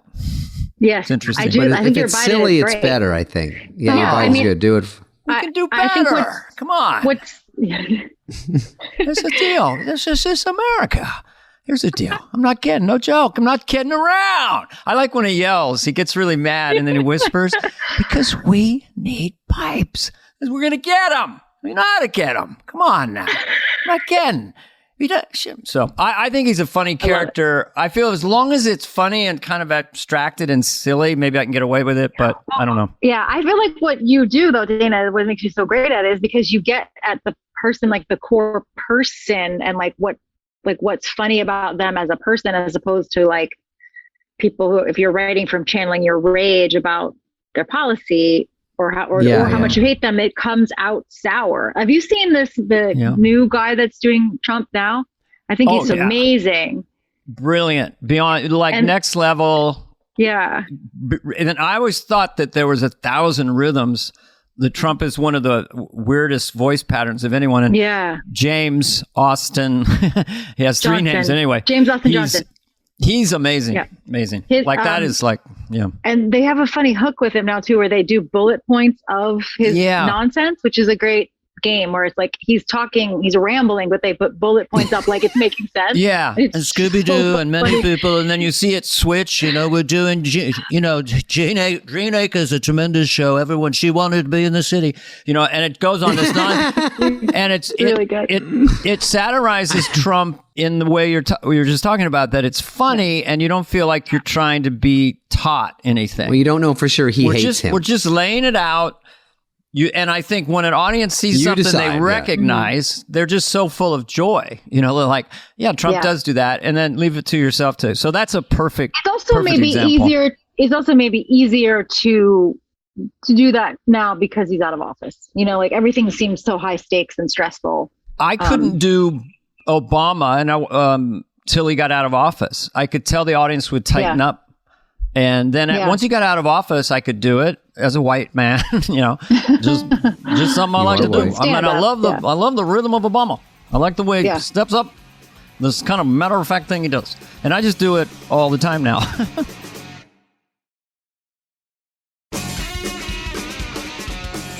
We've talked about this a little bit with Anna Gasteyer and stuff, and the evolution of women on the show. And one thing was Hillary was a a big presence, and then Sarah. So you and Amy did those two women who were at the top of the political ticket, But I was just going to name some of your bandmates and just think about this evolving thing and then who they have now. But in your team, obviously Amy Poehler, who you two connect so effortlessly. Crusher. Molly Shannon, supernatural funny. Anna Gasteyer, so talented. Sherry O'Terry, ball of energy. Maya Rudolph, Kristen Wiig later on a little bit when you're hosting.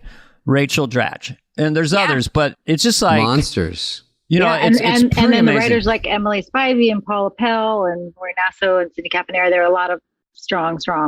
And Anna Gasteyer thought that it sort of reflected the culture changing as well, how the women have really emerged in a more profound way. At least, we had Jan Hooks, or there were other great women on the show, of course, but then this great Jan was as good as anybody. And of course, Gilda, Lorraine Newman, there always were women around. And then it just seems like this wave came. Can you speak to that, Tina? Sure. Or your friends. One of the greatest joys of my life was that we were able to have Jan on 30 Rock. She played Jane Krakowski's mother. And she was so funny. Super. God dang it, she was so funny. Everyone just go rewatch that real quick, pause the podcast. But so when we got there, it was different. Like, it did change. And I think, we also, like, when I was there, our director was a woman, Beth McCarthy Miller, and Jenna, Rastana, the stage manager, like there were just more women around the table. So things, you know how like things play at that table or they don't. And there were more women in other departments. And so like there'd be stuff that we would laugh at. Like I always talk about how Paula wrote this commercial called Kotex Classic that was I think I saw that. Like big, it was like fashion. It was like, we're doing a classic, and it was just like those big gigantic 1950s maxi pads that like laser them just like really bulky, like under the pants. And like it didn't play before the because like the guys just didn't know. It wasn't like anyone purposely being like, we're going to keep them down. It was just like, oh, this is playing differently, So I think like all this inclusion stuff, it's like, you got to do it in every department. And so it's not just like one poor actor, like trying to represent for everyone from their entire universe. Let me ask you guys a question, because I've theorized about this, and you were there at the time that I'm thinking about. So you know Bowen Yang, right? Who's on there now, who I think is so funny. Have you seen the bit he did where he played the iceberg from Titanic? Yes. Hysterical. I saw him with the outfit on, and then they talked about it. I don't know if I saw it. It's a really funny update feature where he comes out and he's like the iceberg from Titanic, and he's there to like talk about his album, and they're like, well, let's talk about the Titanic or whatever. Yeah. It's very funny. That's hilarious. He just does this whole thing that I think is like actually sort of defining this like new comedy of like, we're looking at the world from a different perspective. And he's like, listen, I was in the ocean. You came to where I live. You hit me. Like, just like, which is all true. That's like, hilarious. But I was saying that like, it was so funny. And I was like, I don't know if Bowen could have gotten that on. Like, I don't know if Bowen could have gotten in the room with like Norm and Downey and gotten that on. Do you think they would have been like, I don't like this kid. Like, I don't want to besmirch them. And like, but like, it sounds like Eddie, is it Eddie Izzard? When I would watch some of these European stand-ups, they had bits about the Renaissance and all this different way of looking at stuff. It seems reminiscent of that. It seems very European. But if you have some game, like you were talking about the women, you can sniff out someone that doesn't have any chop after a few weeks of like so if all the women you've mentioned are really good, which they are, I think that matters. It's just getting them in front of people. So if they get the opportunity, and they did, and then they were great. And then the writers, you're saying, I don't know all the writers, but the unsung heroes that are propping up the show with great writing. Yeah. That's unreal too. You can tell when someone's not good. I think that it's a natural evolution. Like if I went on, when I do the church lay on there, I feel like I'm really doing, kind of vaudeville or something. I mean, it's so ham-fisted. It came from my stand-up in the early 80s. And so I don't think that would be in fashion. Times do change. That's a really interesting observation. Yeah. I mean, I guess it is true though, that like people who have the sheer balls to do it, and like it is evolution, and it is survival of the fittest. And so like, if you could get that up at the table, maybe they recognize, I mean, the weirder the bit, but like, that just sounds, I don't even know anything. Just you tell me right there, it's such a interesting idea, and then I think he performed it very well. Yeah, we were wanting to talk to him too, because just his experience coming on and actually not just like, oh, we have an Asian American. It's like, no, bring someone on and they're good and they blow up and you're like, oh, are we missing out? Yeah, what's going on here? Yeah. He sounds like one that's really popping out. It's funny. He's killing. He's got funny rhythms. Yep.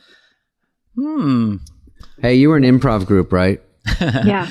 Can I tell you guys a nightmare that I'm experiencing right now, which is I got asked to do, there's this show on Broadway right now called Freestyle Love Supreme. And it's Lin-Manuel Miranda. It's a big hit, Tina. It's a big hit. It's really cool. I saw it off Broadway. Everyone loves it. And it's all like improvised rap and music. And they were asked me to be a guest on it. I'm gonna be a guest there on Thursday night. And I kept making sure they know, like, I think like, oh, I'll be a guest, like I'll be like a monologist, like at ASCAT. Like, I'm like, they know that I do not improvise music, right? And my manager's like, yeah. So anyway, and I'm just, for the next couple of days, I just keep having like recurring daymares that I don't know about I can't improvise music, y'all. Are they going to ask you to do freestyle rap, like in a battle? I can't do that, right? Well, yes, you can. Let me give you. I want you to play freeze tag. Tom Cruise. No, I can't. Don't Tom make her Cruise, nothing to lose. Got to get some booze. What you gonna do? Wait a minute, Dana, you go do it. And I snoozed. You can practice. You have to practice with your daughters. They'll love you for it. Just oh my God, Tina, give me a word. I'll start rhyming it. David, give me a word. A lead in. Counterpoint. Tina, bail. Counterpoint. Gotta go to a joint. Here's what I can do. If I can go there and I can be like, give me a word, and they say blender, and I tell a story about a blender, and then they make up a rap. Fucking please. How about you go, give me a word, and you say blender, and then they do everything. You know what you're going to do, Tina, and you don't even know it yet because your instincts are so good. Forget it. I'm out. You're going to get out there and try to start rapping, and then you're going to deconstruct it into this nerdy person who can't really do it, and you're going to get triple the laughs. Maybe I shouldn't have put that seed in your head. Like, hey, check the papers Friday morning. Don't you feel like when you agree to stuff like a podcast, like when the day comes and you look at your calendar, you're like, really? All right. I mean, there's so much you can do. How did you get roped into this? Yeah. They asked me and I said, yes, of course. I love those guys. Did you think you'd be able to talk at some point? Honestly, this is a pretty good back and forth for podcasts. Sometimes it's worse. Lauren always said this phrase to me a lot. There's a lot of goodwill. So that would apply to you when you get on that stage. That only lasts for like the first 30 seconds. I know. That only makes me nervous. I mean, I called him. Once I was hosting, I called him. He goes, it's sort of a victory lap. I go, really? I mean, shouldn't I work on something? No. Anything he says is funny. That's it. That's when someone write like a 12-minute cold open and they'd be like, well, that was all the goodwill. Now, Jesus Christ. And everyone's like out of it already. And you're like, my monologue hasn't even started. Warm down. So, Tina, what question have you never been asked that you want to be asked? What question have I never been asked? One word, Robert Carlock. One word. Robert Carlock, one word, wasp. 2 words. 2 words. Wasp. Wasp genius. Yes, he does have a sort of a Yankee Doodle Dandy kind of sweater. Chumley. Yeah, Harvard. Chumley. When you were a little kid, I asked this to everybody because I just like picturing you little at 10 or something. What was your favorite toy, or a toy you can remember, or a bicycle from as a child that was like a cool thing or a cool gift that you got? Well, this, you won't be able to see this, but on the thing, but I'll tell you about it and then I'll show you guys. I have a dollhouse, Fisher Price dollhouse that my parents got me when I was a kid. And, my dad like wrapped up every part of it and kept it really nice. And then a few years ago, I tried to give it to my daughters when they were smaller, and they, have a much more privileged life than I have. And I found it like in a corner under a bunch of other toys. And I was like, fuck it, I'm taking it back. And so now I keep it here in my office. And I'll show it to you. Okay. The camera's swishing around here. We saw a piano. We saw a window. There's a pile of money in the corner. We see this adorable, looks like a bag of some kind of illicit substance. Oh, look. Yeah, it's cool. It's open air. Yeah. Look at this guy. It looks like Leonard Nimoy. It's so weird. Oh, God. That's a splitting image. That guy could be played by Will Ferrell. That is. It's like a Will Ferrell call. It's like a little Will Ferrell doll. Look at how cute.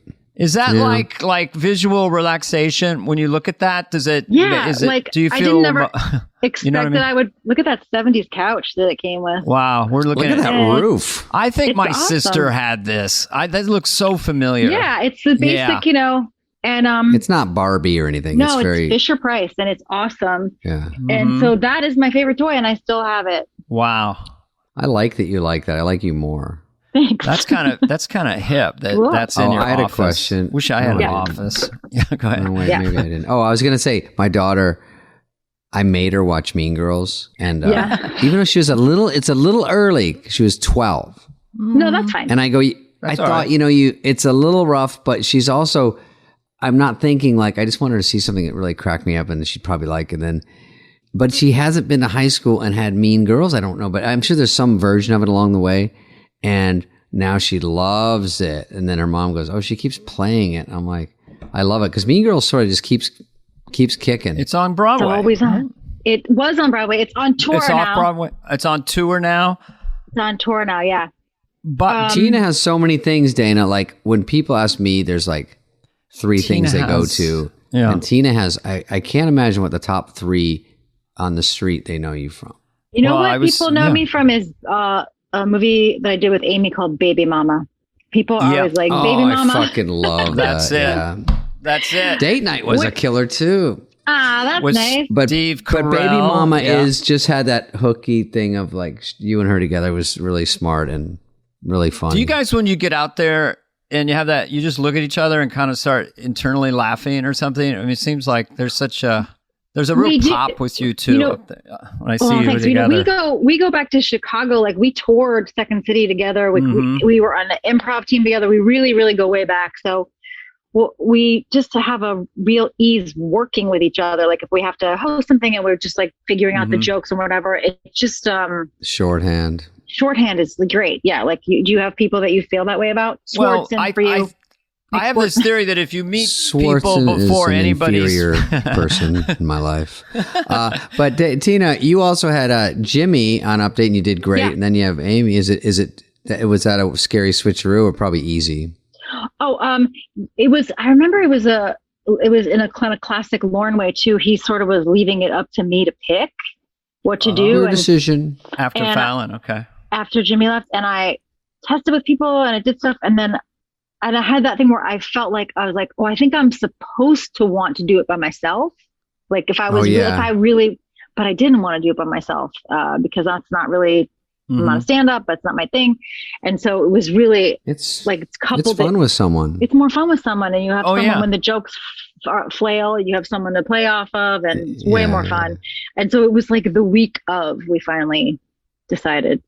And then people always make a big deal. Like it's the first time they had 2 women doing Update. So it was another first for the show. Yes. First time head writer, first time this. I just want to, I don't know how much more time we have, but I wanted to talk about how much fun I had working with your husband on, and he's very patient because I'm horrible at click tracks. And then my character's singing in this cartoon Mulligan, click, and I would miss it. And he'd go, we can work at that. We could do that. We can do this. And I remember working with Cheryl Hardwick as well. Yeah, and the person is the music person who can just kind of play any genre, any style. Yeah. So anyway, I had a lot of fun with him on the Zoom coaching me. He's the best. Jeff Richmond is the best. And so patient with like comedy writers writing lyrics and comedians singing, like just infinite patience. Yeah, that's true. It was nice when we got to do that Broadway show. He wrote all the music for it because it was like, it's people that can really sing. Rather than comedians. Yeah. You know, one time I was doing looping on Black Sheep, that old movie. A couple people remember. Thank you. Black Sheep, So we were doing looping, and I left, and Chris was coming in. He's like, "They do beeps and shit." I go, "Yeah." So anyway, he goes, "I left after 2 hours." I go, "What? I thought you were supposed to do 4." He goes, "I couldn't get it." I go, "You didn't get any?" He goes, 2 hours? It goes beep, beep, beep. Then you're supposed to, beep, I don't know what the fuck they're talking about. Go. I know, it's pretty simple. Because he was a pure performer. He wasn't he just wanted to go, robot. Right. He wants to change the lines and just do it different and just do a better performance. And it's just, looping is a very tough, dirty secret. So real quick, The girls sketch where you played the kind of Eastern European woman is hysterical. Oh, yes. Blurta. That was fun. I think Seth wrote These that are for just me. compliments at the Seth end. wrote that for you? I'll take it. I think Seth wrote that. Yeah, when I was That was hosting. great. What about Bush Twins with you Bush and Amy? Twins, That was me and funny. Amy. I think I wrote that. Okay, so for the young people out there that want to get into comedy writing or want to, look these things Hit up. her name, hit YouTube. They're and on then YouTube. Just crack up. Well, do you have Thank you, anything else, Tina. David? I don't. No, she's great. I'm sure and you gave that us she's such got a chunk. people to meet and places to go. Well, I hope. love you guys. You're my favorite. When I was a kid, when I was a teenager watching the show, I had a crush on both of you. That's so There cute. we You're are. like America's sweetheart. Weren't you called that at one point?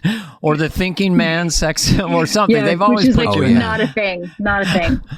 You still do your Philly accent around the house or no? I do it all the time, hon.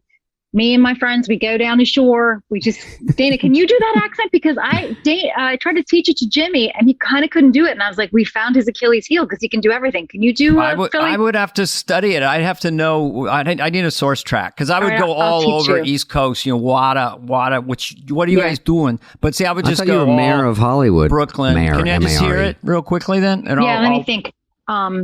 All right, leave me alone. It's like I'm going down the street. We're gonna get hoagies, and then we're just gonna go sit somewhere and smoke. Hoagies. You sit somewhere and smoke. Yeah, it's very specific. It's very easy to go Michael Caine with that. Hoagies. We're going to sit somewhere and smoke. Were you excited about Mayor of Eastham? I was. I was like, I guess my phone was broken for Mayor of Easttown. I guess. But I Is it thought, East? I Yeah, thought Easttown. she killed it. She killed that because that is a really hard dialect, and she crushed it. Oh, to think about that and your lines, and then you got to do your lines right, and you want to do them the acting way you need to do them. Yeah.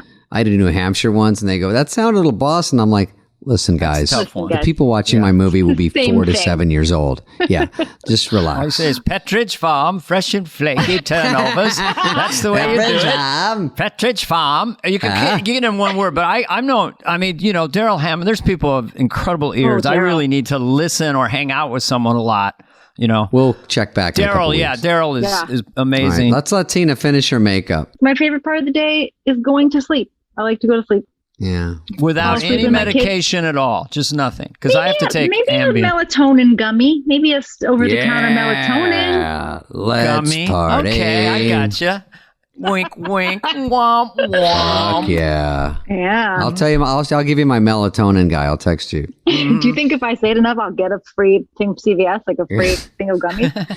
Dude, I went to a weed store and the guy goes, "Here, man." He's like, "Hey," because the guy was floundering, and he goes, "Hey, Spade, I'm the owner. Listen, hey, Jimmy, grab him some fentanyl crab cakes and get him some, some PCP candy corns." I go, "No, I'm okay." But he gave me a little gummy of weed, and then I took it, and he goes, "Don't eat the whole thing." I go, "It's a fucking inch of food, dude." He goes, "Just eat the ear." I go, "I don't know. That's why I have a vodka soda. I know what I'm getting." My wife and I tried a gummy bear of marijuana because it was instead of Ambien, let's sleep. God, and we hallucinated good all luck. night long. The entire house No. was going up and down. And I couldn't walk. It's terrifying. never I had done no idea. that. So be careful, baby boomers. No, we were really Yeah. foolish. We were doing it for Careful, my baby mother-in-law who's boomers. 90. We thought we'll experiment with him because her friends at church, she's very Catholic, are all taking a little bit of cannabis for sleep. And that's why we did it. But we But you had survived. the wrong stuff. You had the Well, too much. yeah. No tolerance. I didn't know, I hadn't smoked pot Yeah. since 1982. Anyway, we're halfway Tina, thanks done. for Let's your take a time. little break. Yeah. We'll come back with Tina. Let's take a little break and do the real hour. Tina, thanks for doing this. It's so fun Thanks, to see guys. you. And now if we see you, we'll go, hey, we feel like we know each other even better.